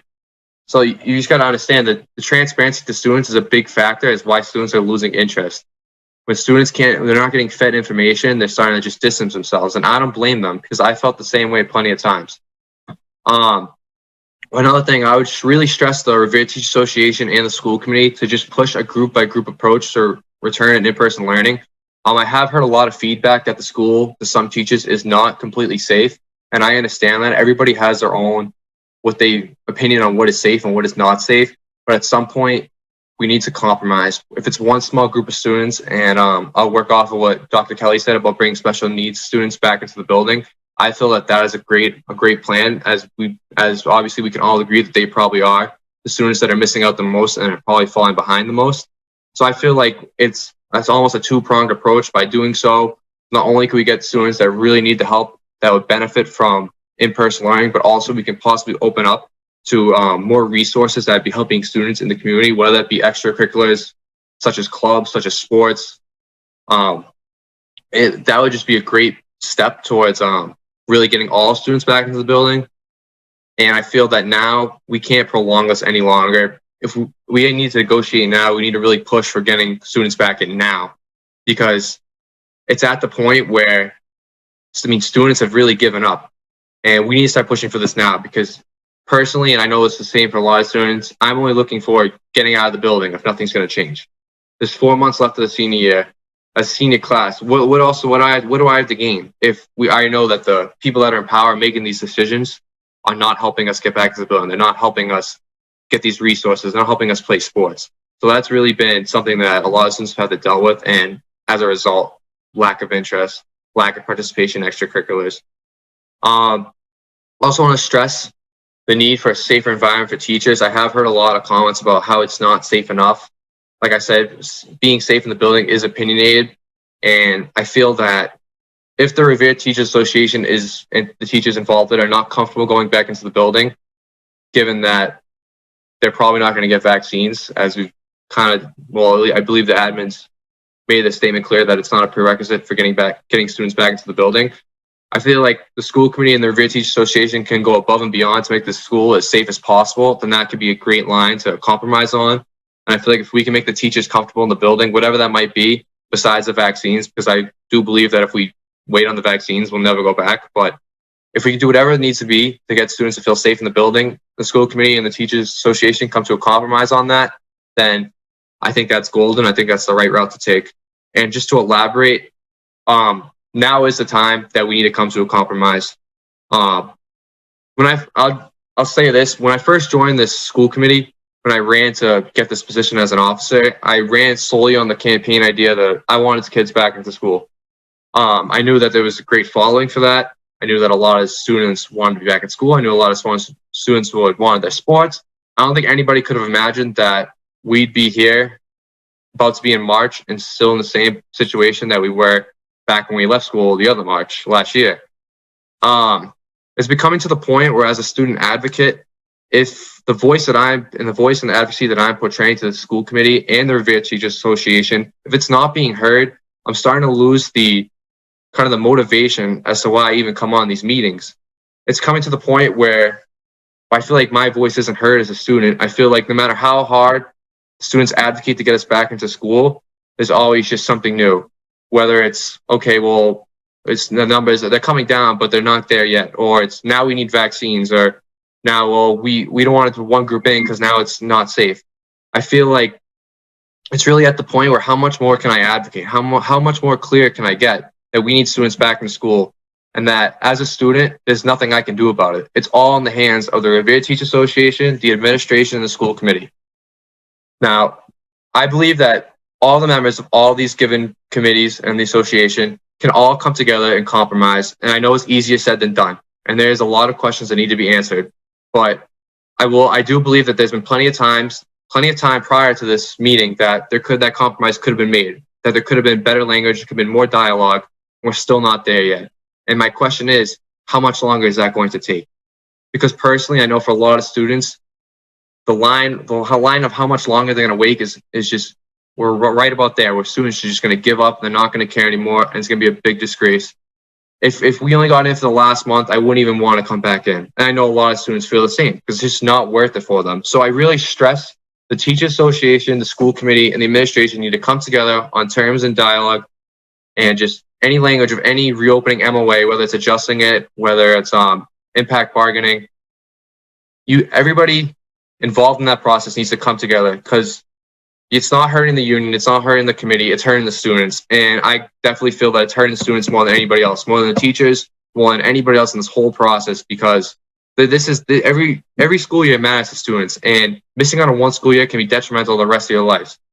So I really hope that the Revere Teachers Association, the school committee, and all the administrations can put aside the differences and really come together as a collective community with the better interests of the students in mind. Obviously, in regards to all the safety protocols that make it safe for teachers and any other people in the process, we're at the point where we need a compromise. We need students back into the building. We need students playing sports. We need students taking advantage of these resources. Because right now, everybody involved in this process is doing a disservice to the students by prolonging this conversation any longer.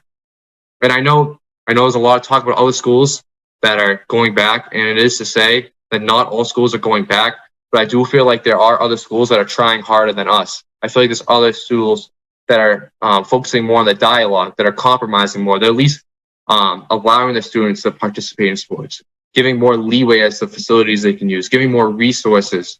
So when I see all my friends from other schools that are pretty much taking advantage of all these resources the town over, 5 minutes away from where I live, I just think, well, why can't our school committee, why can't our teacher association, why can't they pull together? What are we missing? So I really think that all these given groups can come together. And I know everybody's capable of doing it. Just I really need the proof. I really want to see action taking place. And it's just how much more can I wait? How much more can students wait? I really want this voice to be heard. I really hope that tomorrow during the negotiating meeting that there could be a more stronger stance or stronger push to get back to the students, that all the members of these given committees can come together on terms and language that would prosper a safer reopening to schools.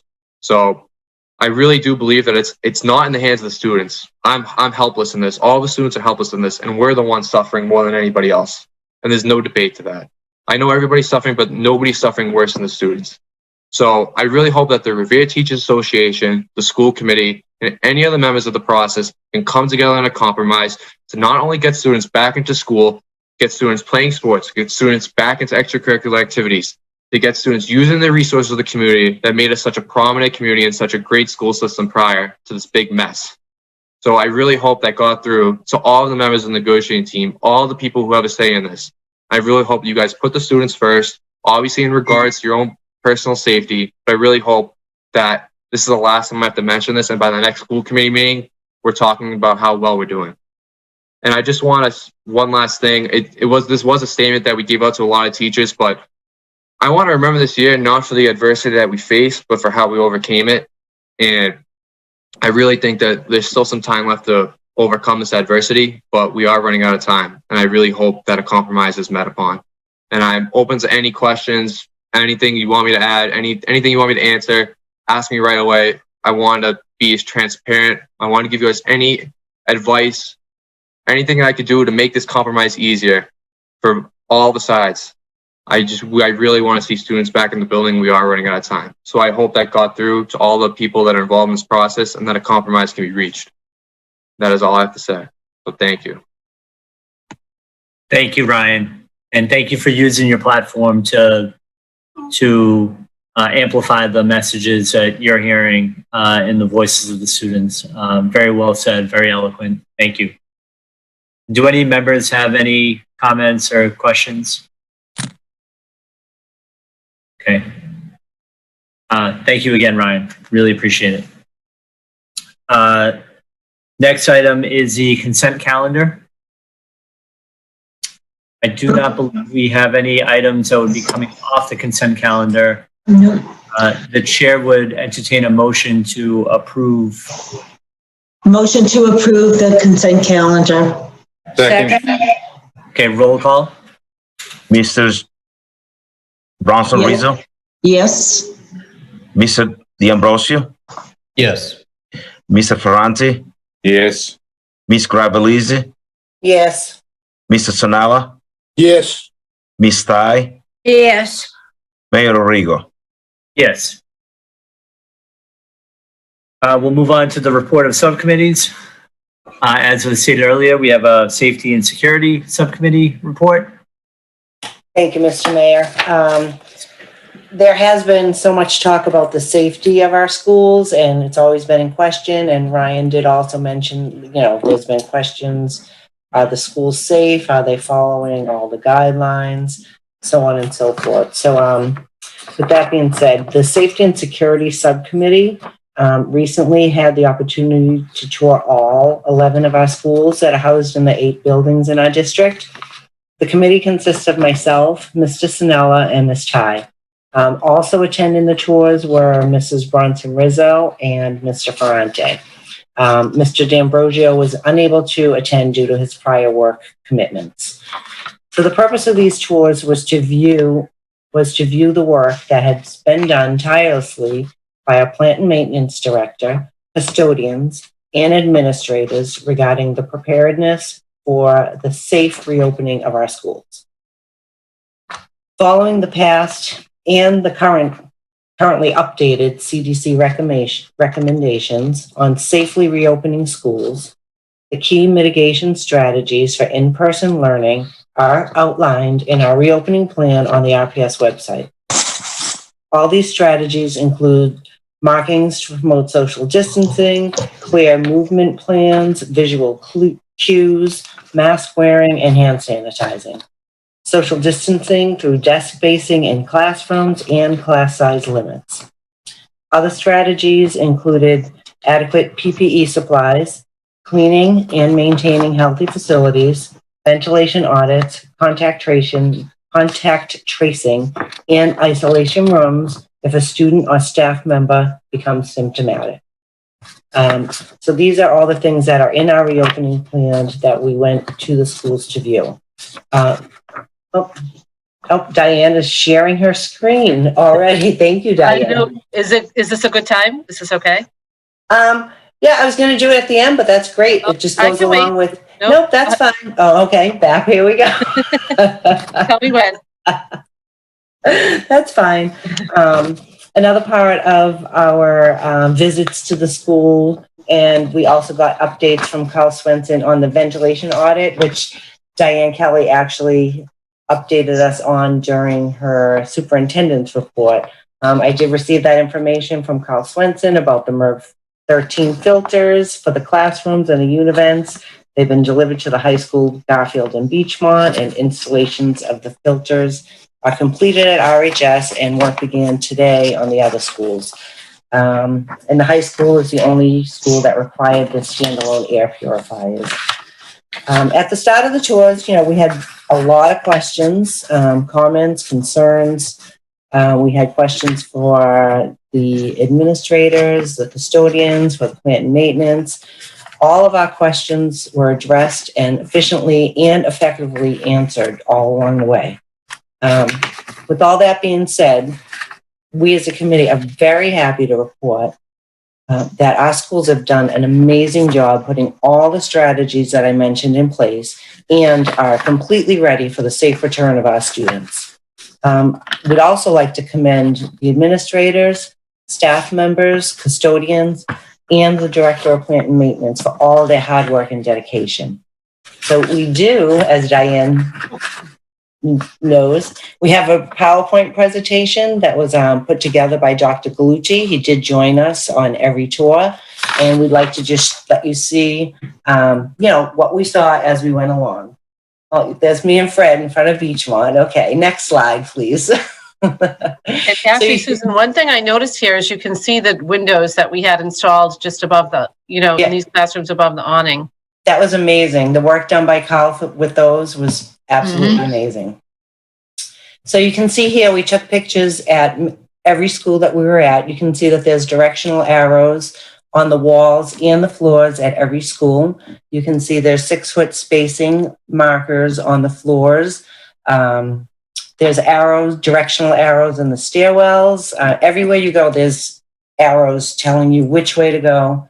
So as far as, the building flow, when the students are in, the teachers, the custodians, the administrators, they're ready for that. They do realize it's a fluid situation and they may have to adjust when the students get back in, but they're very well prepared. Next slide, please. As you can see, which was also outlined in our reopening plan on the RPS website, all the bathrooms, every other sink is blocked off, urinals are blocked off, so that will promote social distancing. The stalls have every other stall blocked off to promote social distancing. You can see the water bubblers are covered. You can also see that there are some hands-free, touchless water stations. So if the children do need water, they can go up with their water bottle and go to the touchless station. So next slide, please. You can see in the classrooms look great. 6 feet of spacing between the desks, all facing forward. Each classroom was measured to find out the appropriate amount of desks that can be put into each room. So those are all ready to go. Next slide, please.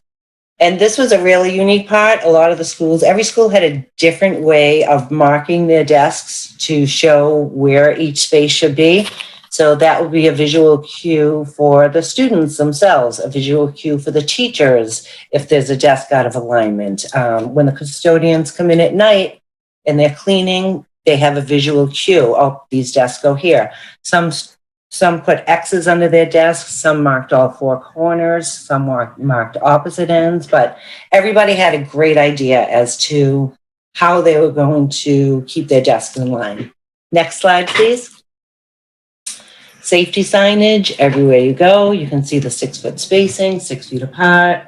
wash your hands, wear a mask, protect others, protect yourself. So that signage is in every school, and it's right there where everyone can see in every corner. Next slide. Here we have all the standalone hand sanitizers. They're as you enter the buildings, they're by the classrooms, they're by the elevators. So they're when you walk into the front door. So also teacher classrooms have hand pumps of sanitizer in them. So there's plenty of sanitizer, PPE, and everything ready to go. Next slide. This was really unique. Each different school, depending on what their logo is, the Whalen Whalers, so on Paul Revere. Outside, when you're entering the school or exiting, they have markings, and these unique markings are the 6-foot spacing. So they all use their own logo for their 6-foot spacing outdoors and entering and exiting the school. It was really cool. Next slide, please. And as far as any isolation rooms, you can see at the high school where the population is very large. On the left, it almost looks like a small little field hospital. They were so creative in how they created this room to, if there's, God forbid, a student or a staff member needs to be isolated, they can go in here, and there's a separate exit from this room if they need to exit the building. You can see on the right, this was at the Hill School, little mini cots, more than 6 feet apart, where if a child needs to be attended to, or if they're symptomatic, they can lay down and rest, call their parents. So every school has a different room that's designated as an isolation room. Next slide, please. And there is more than enough amounts of PPE in every school that's been provided. Here's just a few visuals. There are actually numbers as to how much PPE we have purchased through the grants before the start of school. So if anyone needs those numbers, those can be supplied. We can see there's youth masks, adult masks, cleaners, alcohol wipes, gowns for the isolation room, face masks. So that is all there and ready to go at the schools. Next slide, please. And this was just really great at every school. You can see, and some of the teachers earlier in today's presentation spoke about how they prepare work for the kids. So at every school at the beginning, there's the art kits at the GMS that the kids will come and pick up. There's homework pickup and drop off areas. So there's art supplies for the children. So this is at the front doors of all the schools when you walk in, which was just really great to see, like the effort that was put into making sure all the children had what they needed while we were in this time. And I believe that's the end of the slides, Dr. Kelly? It is. Okay. So like I said, we walked through all 11 schools in all 8 of our buildings, and we're just so happy to report like what a great job was done. And this was done over the summer and ready at the start of the school year. So it's there and ready and waiting for when we're ready to return. Thank you, Dr. Kelly. Thanks. And I'll say, one thing that came out of the visits that you and Mr. Sneller and the other committee members did, Mr. Franti, I know, Mrs. Rizzo, was that there was some cross-pollination of ideas. Like I know that there was one thing that you talked to Dr. Gallucci about whether arrows were up on the wall or down on the floor. And it depended on if they were little kids or big kids. And, in some cases we modified and said, it might be better if you put them on the wall as well, so it was a good learning experience, I think, for everybody. Yeah, it was. It was great. Thank you. Thank you. Thank you, Ms. Gravellisi. Do any members have any comments or questions? Brian, go ahead.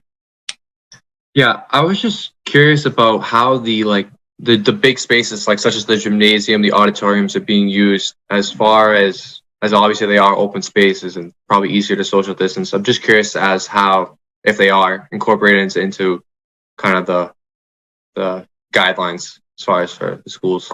Yeah, some of the larger spaces, more like the learning commons and places like that, might actually be converted into classrooms for larger classes. So our traditional classrooms will at a 6-foot distancing, we'll house about 14 students and 1 staff member at the same time. If it's a classroom that needs to have 2 staff members, we might need to go down to 13 students. It really, the square footage is unique to each of the rooms. So if we have a class, as you know, some of our classes at the high school are way too big. There might be like 35 or 36 kids. And it depends on how many of them have decided that they're going to continue remote learning. We subtract them off, and then we know what our cut size is for half and half. And especially because the juniors and the seniors are not cohorted, there might not be an exact alphabetical split between who's in week A and who's in week B. So all of those pieces need to come into consideration. And let's just say, for example, there's a class at the high school that on week A, we're going to have 18 students present, but that room is only big enough for 15, then that class needs to be moved. So those are the kinds of classes that will move into larger spaces, and every space in every building is part of the equation for that. Thank you, So Dr. Kelly. I should say you won't see like a senior class assembly in the auditorium. That's not going to happen. But there might be a class that is conducted in the auditorium. Yeah, that's all I was asking. Thank you. Okay. Thank you, Dr. Kelly. We'll move on to old business. The update on the March 1st reopening of ELL, SPED, and senior student policies. Dr. Kelly, I think we've talked about this plenty this evening, so I don't mind taking it off the table. Okay. Okay. We'll move on to new business. Any new business from committee members? Seeing none, we'll go to school committee interests. Any members have anything they'd like to address? Mrs. Rizzo. Just that last week I sent out an email from the Attorney General's office on, they're hosting a virtual convening on food insecurities. And that is next Wednesday from 2 to 3. If anyone needs more information, let me know. I can get it for you. I know Ms. Ty said she was interested in signing up. And maybe she can share some of the information with us after. Also, back in November, I spoke about Dr. Khalees Wernham, who I attended a workshop on equity and inclusion, and I was just fascinated with her. If no one had a chance to listen to her then, MASC will be doing a Zoom discussion on bias and cultural proficiency with her. And that will be held February 23rd from 6 to 7:30. And I can also get you the information on that. And lastly, last week I had the opportunity of going to the National School Board, well, not going, Zoom, National School Board Equity Symposium that I always enjoy going to. But this year I have to say there were 2 great speakers. First one being Brandon Fleming, and he shared his story of being an at-risk dropout and to becoming an award-winning Harvard educator. His story itself was absolutely amazing. The words that he used were just touched me. I know a lot of districts throughout, not just Massachusetts, but throughout the states are now looking at him to speak at one of their meetings. But if you have a chance, I could probably get the video clip of it so you can enjoy it as much as I did. And then also there was Dr. Jamie Mateus. He is on the Mexican School Board. He wrote a book titled Seats at the Table, and it came out of all the national events in the Black Lives Matter protests and everything. And it's the stories of school board members' perspective on how far we've come with respect to the issues of race and racism in our schools.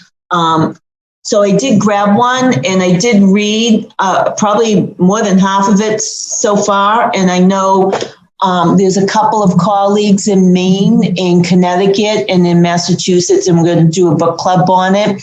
If anyone's interested, I can include them in, and also perhaps grab a book for you. But it was very interesting. And again, I could also probably get the video clip if anyone's interested in it. Just let me know. And Dr. Garcia, they gave me so many great ideas. I can't wait to talk to you and how your advisory committee is working and kind of share some of the things. I look forward to that. Thank you. Look forward to it as well. Thank you. Thank you, Mrs. Rizzo. Any other members? Okay, seeing none, we'll move on to motions. Mr. D'Ambrosio, you want to read the motion? Yes, absolutely. Apologize while I just pull it up. A motion is made by Stacy Rizzo to accept and practice the operating protocols and overarching goals as amended. Mrs. Second. Rizzo? Mrs. Rizzo, would you like to speak on it at all, or? No, just that, well, thanks to Ms. Ty, she kind of updated the grammar and any grammatical errors that were there. And we amended it at our committee of the whole meeting earlier, and I think it read to all our satisfaction, so. And motion, is the motion seconded? I seconded it. Yeah. Second, okay, roll call? Mr. Bronson Rizzo, Yes. Mr. D'Ambrosio, Yes. Mr. Ferranti, Yes. Ms. Gravelise, Yes. Mr. Sanella, Yes. Ms. Ty, Yes. Mayor Arrigo. Yes. Okay. Seeing no further business before the school committee, I will entertain a motion to adjourn. So move, Mr. Chairman. Second. The Revere School Committee is now adjourned. Thank you. Thank you. Good night. Thank Hey, you. good night. Night.